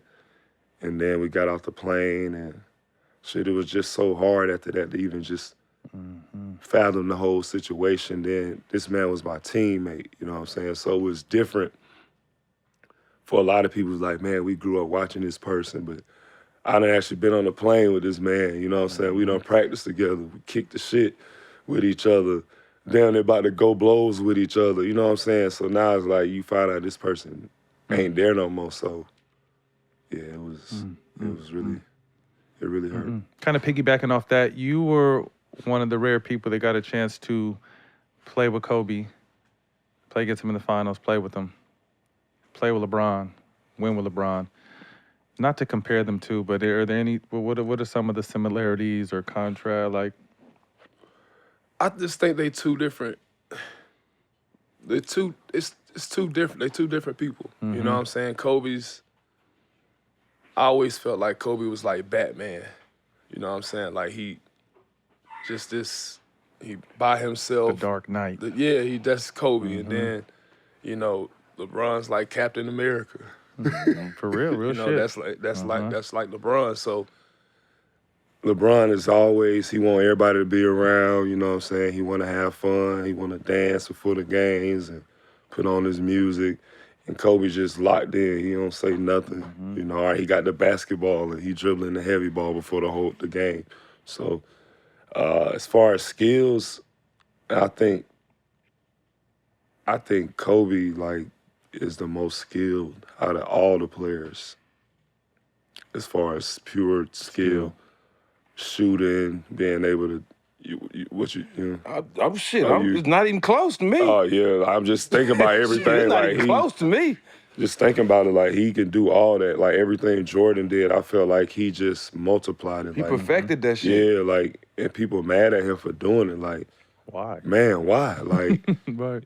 You don't never try to break the wheel. You see what works, and then you use that and make it work for you. So that's what Kobe did, and he did it with the best player ever. Like, he did everything he did and made it better. And, you know, even watching him practice, like, some things that he was doing, I was like, why is he doing it? Like, one day I saw him getting his fingers stretched. I'm like, why is he getting his fingers stretched? I just saw the lady doing this for a whole, like, hour, and I guess it was when he shot his jump shot. So it'll be smooth every time. So it's just like little things like that. Like, where did he learn that from? It was just crazy to see. But then LeBron, he just got the whole package. He can pass, he can post up, he's big, he's like Magic Johnson on steroids. He should be the logo. Who? LeBron. He's the You think best LeBron all-around should be player the we've logo? ever seen. Ooh. All around? I don't think we've seen anybody The logo. better all around. Said LeBron should be the logo. Wow. I'm not mad at that at all. If you're talking about basketball, people tell kids today, yeah, Michael Jordan is the best, but if I had to tell you to look at one player, go look at LeBron James. Everybody's telling their kid that because he does everything right, on and off the court. You can't miss with LeBron. So what about Steph? He's not 6'8", 260, that can do it all, that's broke all the records. Yeah. He's not 6'8", 2. And yeah, they both getting the B though. Steph gonna get that B too. But Steph, I don't know, it's just That man Steph, but a lot of kids, Steph changed the game. Yeah, No question. The newer generation. No question. Steph changed the game. Very few people did that. Yeah, so shoot, we gonna have LeBron and Steph on that? Yeah, I'm just like, for what Steph is unbelievable. But the total aspect of a basketball player and what you're supposed to do as a basketball player and how your career's supposed to look when you finish, yeah, it's LeBron James, bro. That's that there. That's that there, that man. Yeah. The king. I ain't mad at that. Yeah. You mentioned earlier not wanting to go to the Lakers because of the Shaq comparison. And you already started in Orlando, and he jumped to the Lakers, and you weren't trying to do that, and it ended up happening. You and him kind of had a friendly, then I felt like he kind of did some personal and kind of took it a little bit more serious. And again, knowing you, fun, energetic kind of person, where is that at? What did you think when you first started hearing, like, damn, does Shaq not like me? Or like, what did you think? I thought it was crazy. And I was thinking he want to fight or something, like, because every time it was like something on TV and somebody would say something, no, I don't think so. No. Oh, the Lakers got 5 Hall of Famers. No. Only 4. He's not one. No, don't put him in there. No, don't do that. No. So I'm like, damn, like every time he says something about Dwight, and for me, I like to do voices. So I do everybody voicing their mama. It don't matter who it is. It ain't me doing it because I dislike you. It's just me trying to make everybody laugh. So if he took it that way, like, he tripping. But, like, I don't know why he was like that. I never had no issues with Shaq. I never wanted to be like Shaq, but I enjoy watching Shaq do what he do. I think he's the most dominant player to ever play. Like, there's no player as dominant as Shaq. You know what I'm saying? Like, this nigga was going crazy. I remember in 11th grade watching him play against Dikembe Mutombo in the finals. Like, catching it every time, elbow to the chest, turn around, dunk on him every time. I'm like, yo, this is crazy. Right. So I'm like, why is he hating on me? Like, if anything, he should be happy that somebody is trying to follow in their footsteps. You know, I remember this summer as a young kid who said they wanted to be just like me. And I took that as saying, like, man, thank you, man. I appreciate you for wanting to be like me, but I want you to be greater. So you know what? I'll train you. So I started training this kid this summer. And every day I'm just reminding him, hey, remember what you said? You want to be like Dwight Howard? Well, shit, I did more than this, but this is what it takes. So, like, I don't know why he had that against me. I reached out to try to work out with him, do business, whatever it may be, because I ain't got no bad blood with Shaq, but it just seemed like it's always something between me and him. And he always, even now, the stuff I was just saying about the Hall of Fame shit, that happened this season. I can't watch the Lakers. I bet he watched Lakers game this year because I ain't on the team. Hey, but you know what? Can't nobody, Shaq or nobody else in their right mind, if you know anything about basketball, it's not even a question if you're a Hall of Fame. I agree, but come on, like, why would it, out of all people, him, like, one, he a center, and, like, really ain't that too many where they talk about all this anyway. So why put one of them down? You know what I'm saying? Like, my light ain't gonna dim your light. You Shaquille O'Neal. Like, why you worrying about me? I got my own lane. You know what I'm saying? I ain't worrying about what you doing in that aspect. And then now, I felt like, because I'm not a person that get on TV and talk bad about other people, I felt like looking at him doing it is like, he not understanding. People got family and they got friends and they got people that's watching. You gotta watch what you say about certain people or certain things on TV or whatever, because they got people watching. He got kids watching. You know what I'm saying? I got my kids watching. They don't need to have no issues with each other because they dads might seem like they hate each other. Like, for what? Like, it's too much going on around the world for us to be hating about who the best basketball big man ever. Like, it's just stupid to me. I mean, we can have barbecue talk about it, barbershop talk, but I don't know. I guess we got to get into the little UFC thing and fight it out. I don't want to see that. I'm just playing. I ain't gonna do that. We'll look like what's the two fighters from back in the day that got Dada 3000 and they knocked each other Kimbo out. Slice when they got in there and fought. They look like two big seals in there fighting. They couldn't even throw no punches. They were so tired. That's what me and Shaq look like in there. Come here, Dwight. I'm gonna get you.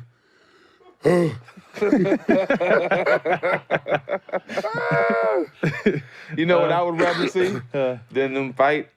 I would rather see y'all do a comedy battle. Yes. Yeah, that'd be funny as shit. Roasting each we other. should roast each other. That'll be funny. Hell yeah, That'll be I funny, got some dog. jokes for his big ugly ass. Oh my God.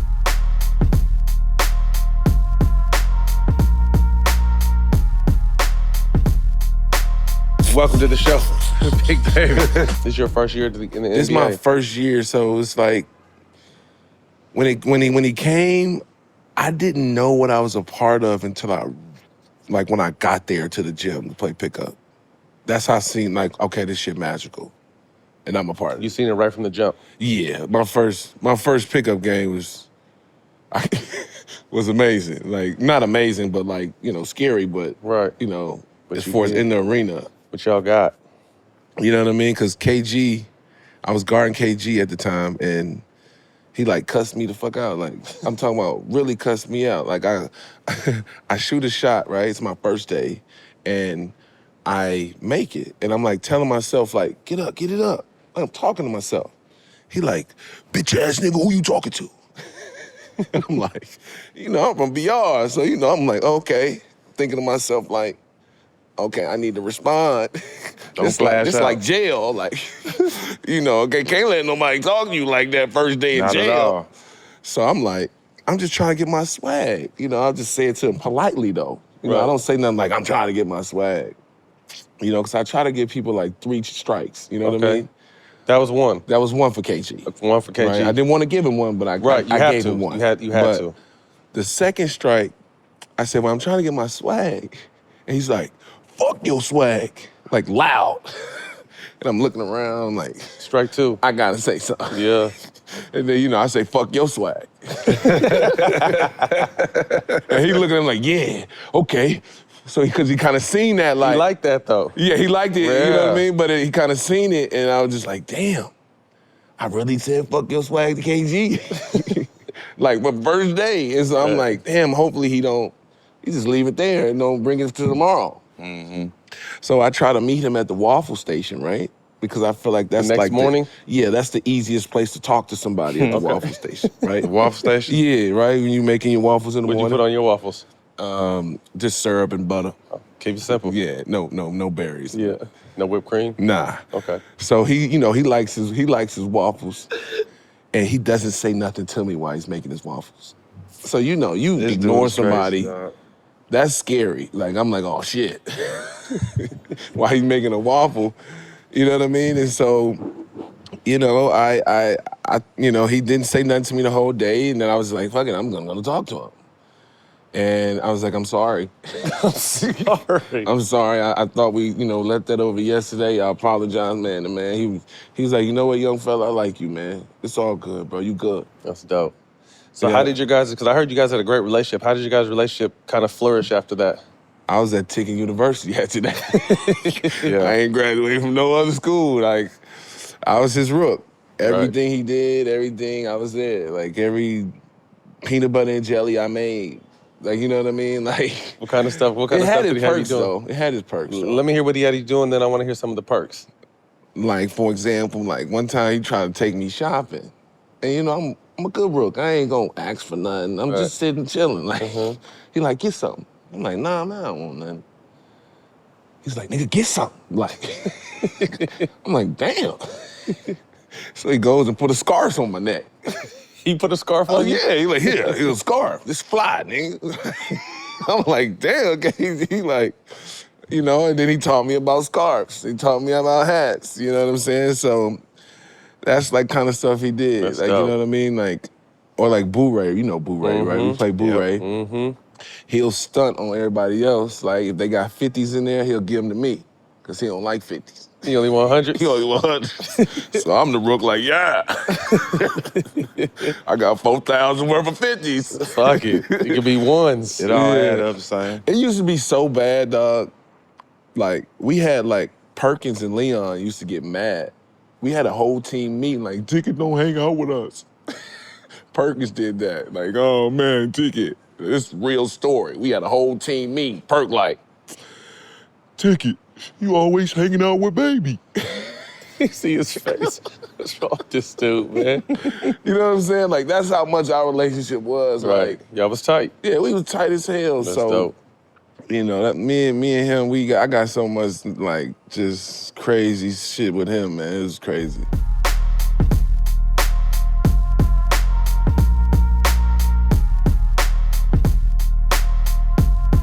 Man, welcome Rasheed Wallace, man. You got one of the most unbreakable records probably in the history of the NBA. I don't know. 41 techs in one season. Hey, my young They changed the rules because of you. Oh yeah. They changed the rules because of you, yeah. Talk to us about some of the referees you had battles with and just how the hell it just happened so much. A lot of it's reputation, but of course, you earned something. Yeah, for sure. Now, I'll say this. Early on in my career, where if I felt as though things were unjust, I'm going to use a lot of profanity. So you're right. A lot of them I did earn. But as I got older, became more of a vet, and I got to know more of them cheating refs that was back out then, it's like, all right, I know this person, how he going ref and this and that, da-da-da. So now I don't even have to cuss. So now I just say little stuff like, y'all got that email, huh? Or, you know, what? Like, yeah, I know what it is. How do you get a technical foul? You go into the basket. All you trying to do is score. You get fouled, and you get a technical foul. Who called it, Joey? Jack. Playing Cleveland, in Cleveland. So, you know, that heated rivalry when I was in Detroit. So I got the ball on the post, boom. So I'm going at Ilgauskas and give him a move, and I go to the middle. And here comes Varejao. Wham! Clobbers everybody, right? All three of us fall to the ground. And Jack stands over. He gave all three a tech, right? So, you know, I'm getting up. I don't know what's happening, right? Wait. How the hell I get a tech? I'm trying to score the ball. I ain't do no dirty plays. I'm trying to score the ball. And then, you know, he's like, hey, that's what we were told to do if it's any rough stuff. I was like, all right, I got you. Oh, I already got kicked out. It was a whole right? lot of I wouldn't stuff, man. that. It was. Of course, y'all know I wasn't the favorite by the league refs, all of that, you know. But I went back at them too. Definitely. I think my career high was about 15 on the season. I think I got up to 15. Yeah, he almost tripled that though. Yeah, no, I'm just saying. I had a little sheet. I had my run too. I lost a lot of money with text. Take much. How much were texts back then? Were they 1,000? Because them bitches jumped up to like 2,500 by the time. Them Jones was 500 a pop. I thought the fines go up as you get. No, not at first. Not at first. That happened when they came out with the Sheed rule. Yeah. So the Sheed rule, you get 16 texts. Yep, that was 16. I got 15. And with each tech, as it goes up towards that 16, that fine becomes higher. And the suspension comes. And then the suspension comes for the 16th tech. And then if it goes up to, I think it was 20 or 21, it was a couple more games and this and that and this and that. It went on and on. So you got to take every other game. You average every other game at least a tech. Dog, on everything. They was worth it though. Oh yeah. Yeah. That was worth it. Yeah. I'm gonna say my piece. Yeah. And then I never regretted they that. They had refs in their area that was shaving on the game too, so I can imagine. Mm-hmm. I remember Ron called some bullshit and you just staring at him. Bang! Bang! I'm two and throw you out quick. Just staring at you. Ain't say one word.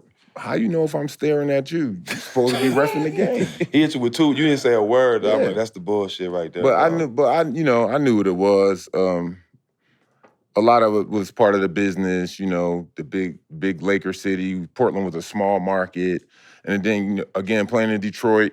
You know, I knew.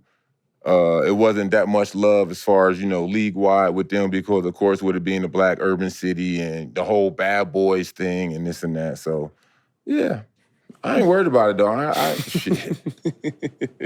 Like I said, I think my young fella might get me though. He might. Who? Draymond? Yeah, Dre might get me. I don't know if he get 41. I don't know. He the only one I can see that might come close. Yeah. I'm third on the list though. Yeah, I know I'm not that high. Overall, I'm third on the list behind Barkley and Karl Malone. Really? Yes, sir. Some great company. And I think Rodman is fourth, right behind me.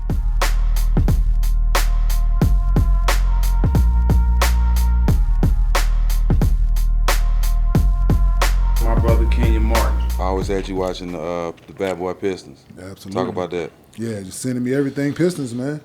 Like, that was, me being born in Saginaw, that was the era, you know what I'm saying? Like, she's a die-hard, to-date sports fan. Like, she Was she laying her mad at bed. me when I was out there laying boys down? Yeah, nah, she understood what it was, man. Okay. Like you played the way I'm saying you played the way I want no played the second game, round. man, and she loved that style. You know what I'm saying? Yeah, So she, to this day, like that's all she do. She lay in her bed and it stays on either games or Sports Center, and she does crossword puzzles. Like that's her. That's her baby. shit. You know what I'm saying? Nice with it too. Yeah, you know what I'm saying. So she 83. So no, that's all she do, man. Like she's sitting there, but she used to send me everything Pistons. So everybody else was the Bulls fan. I was basically like, Mike bad, but fuck Mike. Like I'm over here with Zeke now. Like, and Pete. So y'all like stories. Yeah, that's fun. I like that. Give you a story about my Pistons, how wired I am. Right? My second year, we playing Utah. Y'all remember Karl Malone elbowed Isiah Thomas and split him open? Yeah. You remember that? Zeke was leaking, right? Way before you was even in the league. Way before I was ever in the league. I just want to set this up. And never thought I was gonna be in the NBA to begin with. But I remember he had him leaking, right? We playing Utah. We in Jersey. On the break, John Stockton dropped that thing off to him. I go right upside Karl Malone fucking head. Boom! Lay him out. And he didn't get up and do nothing. I was like, oh, these motherfuckers soft out here. Like, and Jerry Sloan, God rest that man's soul, you motherfucker, like, I kick you. And I was like, he tried to take up for him, like, and Karl didn't do nothing. I was like, but that was for Zeke. You know what I'm saying? However many years later. Way later, dog. That's crazy as a motherfucker. Wired. Listen, from Oak Cliff, man, like, something wrong with it. Off. Listen, off, bruh. Like, and that started what it, like. 7:30. Nuts. Way back there. See, I told you, dog. It had nothing to do with him. Nothing. And I told Isiah this story way after like when it happened, like what I did. Do you think, but the Pistons and all that, did that influence the way you play? Absolutely. By far. And my environment that I grew up in, it was that. Yeah. Like I'm seeing dudes fight over a travel call, Yeah, dog, no question. and get back to playing. Yeah. Dog, a double dribble, whatever it was, game point. Listen, this is my environment. Yeah, somebody And about to get I'm shot. seeing this the way they play. Oh yeah, it's acceptable. Yeah. Yes, it's acceptable. They're at the highest level doing it. Yeah. Right. So when I'm doing it in high school, dude, some of the shit that I did, bro, I know you. nuts, man. Nuts. I think about it, dog. If one of my boys do that, listen, man, I'm gonna take him out the game. Me and him going in the bathroom, dog, and I'm gonna handle him like he grown. Some of the shit I did in high school, yo, I think about it, man. I was whoa. He said, whoa. Therapy. He ain't lying. Yeah, come on, man. Therapy. Has helped me. Come on, man. Because I'm right in there with you, bro. I'm right in there with you. I think about it, man. Like I'll be sitting there telling him, said, like, whoa. she asked me, like, did you ever used to box? She like you give me like that you fighter. I said I probably should have. Right. Like, yeah. But nah, man, just some of the stuff I think back, man, I'm like, some was, just the environment, dog. And then watching them dudes go upside people's head, man. That's how I That's go. why me and Rick got along so well when the Big Three started. Like I was all, but from just playing and all that. As soon as we got around each other, it was like, yo, this is my guy. That was for Zeke. Like, yeah, like, and I told Zeke, like, what'd he say? Oh, my, you know. Yeah. So Zeke tried to trade for me when I was with the Nuggets, man. They wouldn't do it. Where was he at? In New York? This is before the Melo thing. All that way before that went down. Before he went there, like Zeke was trying to get it done. I told him when I did. I saw him on vacation. We were somewhere on vacation. I saw him, and I ran it down for him.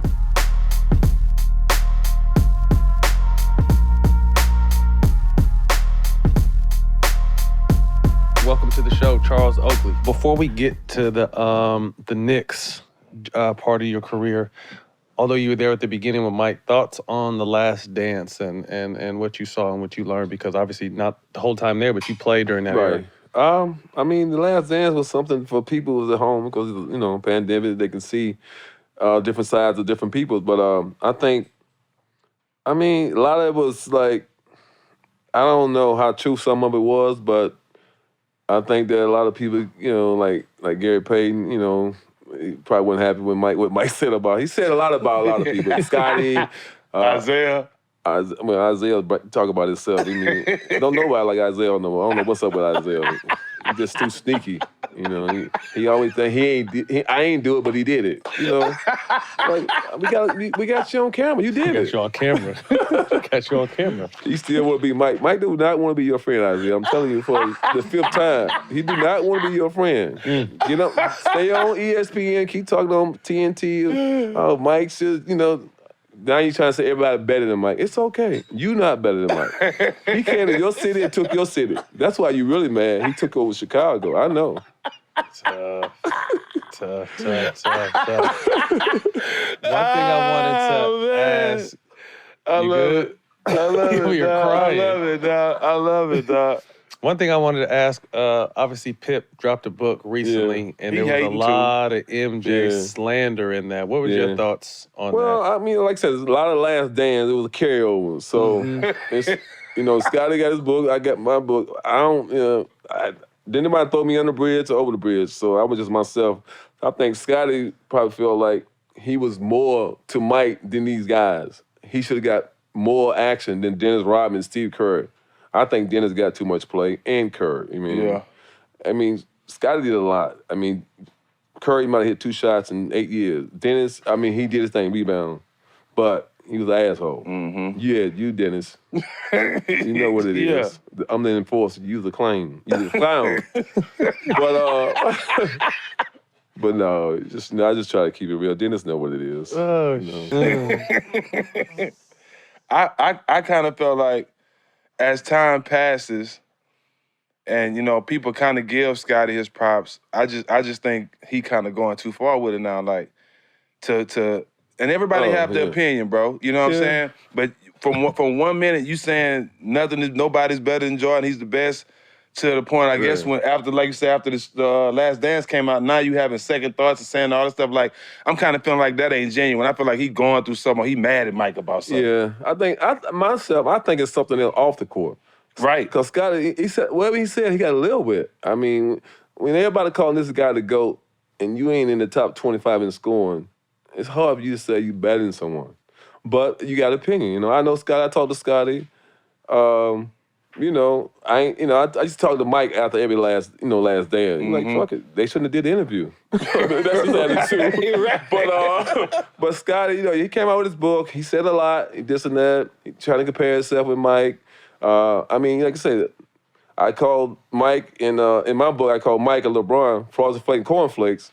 Yeah. So Scottie, to Mike, Scottie ain't better than LeBron. No, not even close. So my thing is, Scottie got a lot of, you know, potential, type of skill level with Bron, but I don't think Scottie averaged over 20 points, but maybe one time in his career. Right. So, I mean, you know, Scottie, you know, his wife, you know, his son passed. I mean, he was going through a lot. So he could have, you know, I don't know. I'm trying to, you know, I like Scottie, but it's hard to say you better than the GOAT.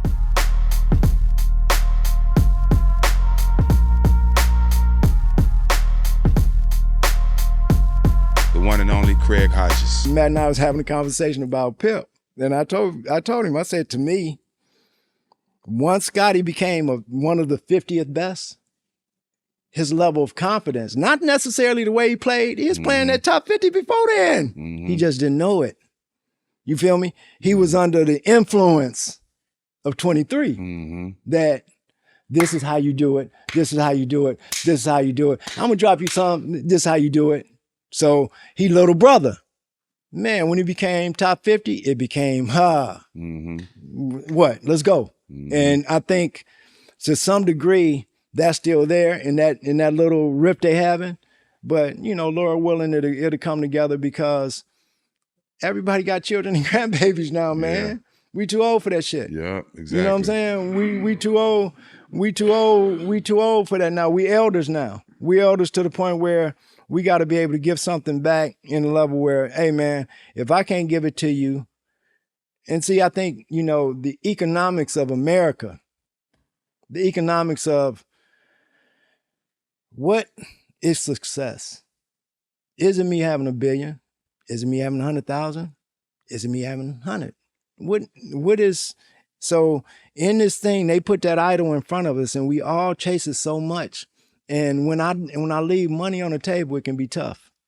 And I think many times that when we leave money on the table or money's left on the table, that those little frackings come out and then we have chaos.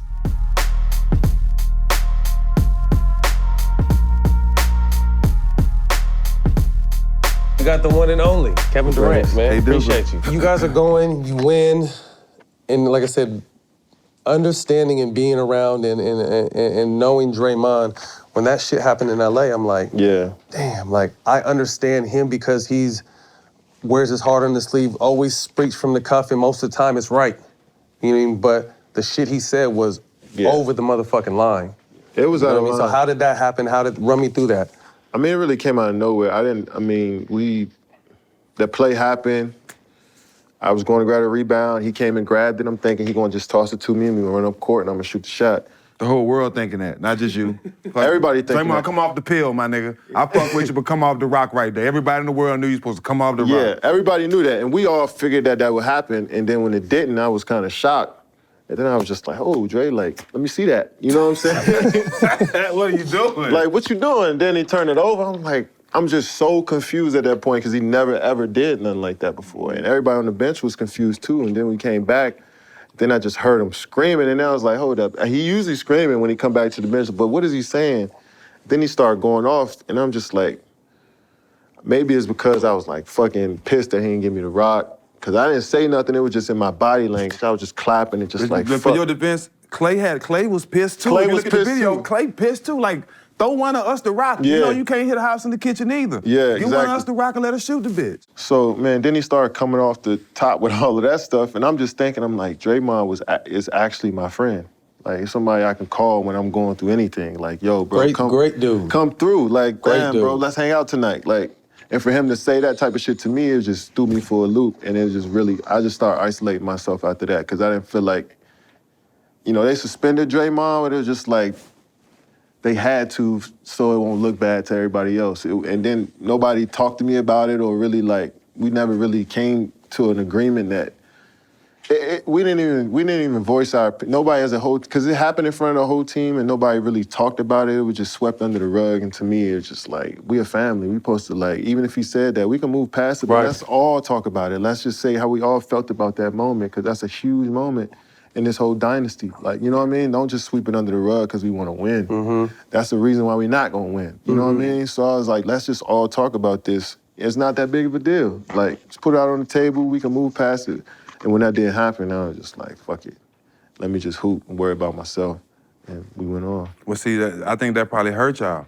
Because if y'all would have came out and he would have heard more people saying, bro, you should have passed the ball. Bro, you should have passed the ball. I think he would have came outside himself and realized, like, you know what, maybe I overreacted. Yeah, it was... He never got a chance to say that. Yeah, I mean, Draymond, we all know what Draymond is. And it's like, it's fine that you want to do that you want to show your emotions and wear them on your sleeve. That's fine. But when it's over the line sometimes, let's just talk about it. So next time, you can tone it down just a bit. And I feel like we didn't have the opportunity to do so, because we were so focused on trying to just move forward and win. Right. And I get that too, but it's like, if we're a family and we gonna hash it out and then we gonna move forward and win. We done won 2 chips together. Right. Bigger than this is just some shit we can sit down and talk about. But certain words don't come out too. Like, we brothers, and I got in fist fights with my brothers, but certain words you don't say. Yeah. You know what I'm saying? Certain words you don't say, you know when that line is crossed. Yeah. Well, I think he Certain realized words that can't come too. back You from. mean, like I said, I think us knowing, we all know him. I think he realized he fucked up, he crossed the line, but that's what kind of dude he is. But that even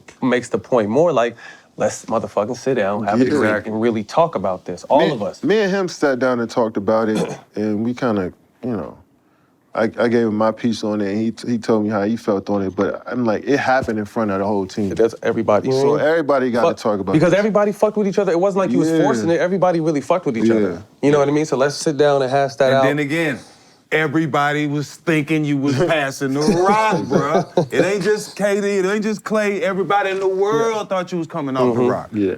And you was wrong. Just admit you was wrong. That's the whole thing. I think that he had too much pride in the fact that he turned it over, and that made him react that way. Yeah, but we know, shit, turnovers happen. Exactly. And 98% of the time he gonna make the right play. He one of the best playmakers on the team. Nobody really cared if we won or lost that game in the first place. It was just like, we in that situation, let's just go ahead try to finish it the right way. You know, but at the end of the day, nobody really cared about that win or loss. You know what I'm saying? But this too, great coaches, when you don't get a shot at the end of the game like that, they be pissed. Greg Popovich, he'll sit your ass down the whole game if you fuck up a play coming out of timeout and don't get a shot up at the end. Oh, yeah. I mean, shit, that'll make anybody pissed if you just turn it over at the end of a game. I think the media kind of saw that as an entryway to kind of start dividing. These motherfuckers are so good. What can we start doing? What can we start developing to chink this armor? Most definitely. And I gotta, I was only there with y'all for 3 months, but I always saw, to me, when I looked like, I was like, this is some cold shit, man. The media's cold, man. If you pay attention, these motherfuckers is really telling you what they're doing right in front of your face, but you can't do nothing because they glamour that shit up and put a bow on it. It was always, to me, KD and the Warriors. It was never the Warriors. Kevin Durant's a part of that team. And I was looking at it, I was like, hold up. So D West came the same time I came, but he's a Warrior and I'm not. Makes no sense. JaVale McGee, same way. He's a Warrior. Like Ian Clark, he was there before me, but he left. He didn't win the second championship with us, but he's it didn't make no sense to me. And I'm like, the media is just trying so hard to separate this thing, and I was just like, for what? Like, you didn't do that with LeBron and D-Wade and Bob. Like, you didn't do that with those guys. You didn't do that with KG and Paul Pierce. And you didn't try to separate them. It's like, oh, why are you trying to separate me from the rest of the team? And you actually are making this your job. Your duty to do so is to push this narrative every day. People call me wild for calling it out, but I'm just like, no, I think it's corny. It is what it is. The fact you speak on it makes you, like you said, the fact you speak on the bullshit and you see it, you're bad. Yeah, exactly. It was just like, I'm the just fact that you're alerting the this fans. person, you're I'm just supposed to, I'm one of the greatest players ever to play. I'm just supposed to let it go. That's what you want me to do? Because y'all supposed to be messengers to the fans, and they looking at y'all, and y'all can easily, brainwash people with y'all bullshit. And it's not about you. If you're a media guy, nobody cares about you. Real talk. It's not about you. It's about what you see on the ego court. out of it. Yeah, Take so the ego out of you're it. trying to put your whole style and flair on something that got nothing to do with you. This game gonna be here. This game was here before you. It's gonna be here way after you. So nobody cares about you. They don't care about me that much in 40 years, 50 years. They're gonna look for the next thing. You know what I'm saying? So get out the way. That's why it's so important now, because you think back in the day, pre-social media, whatever they put out is the truth. And we never had a platform. You know what I mean? So that's why I love it when you're out here. I didn't like to use a burner phone. I would have said, fuck it, I'm Kevin Durant, motherfucker. I'm gonna cuss you out. You talk some shit, I'm gonna talk some shit. I'm gonna speak my mind. I'm still gonna do the burner thing. I'm still gonna do that. You still on it? Yeah. There's some shit that you just gotta be like, these folks gonna always but I'm saying, fuck it, bro. I'm saying if I'm you, if you come for me, I'm coming back with you. For sure. Certain people, I'm gonna come back on my regular account, but if I'm gonna try to do my thing, look out. You know what I mean? Look out. I got the burner. It's still out there. It's lurking. I just slipped up that one time. And you know why I slipped up? What's on the lookout. On the lookout. You know what I mean?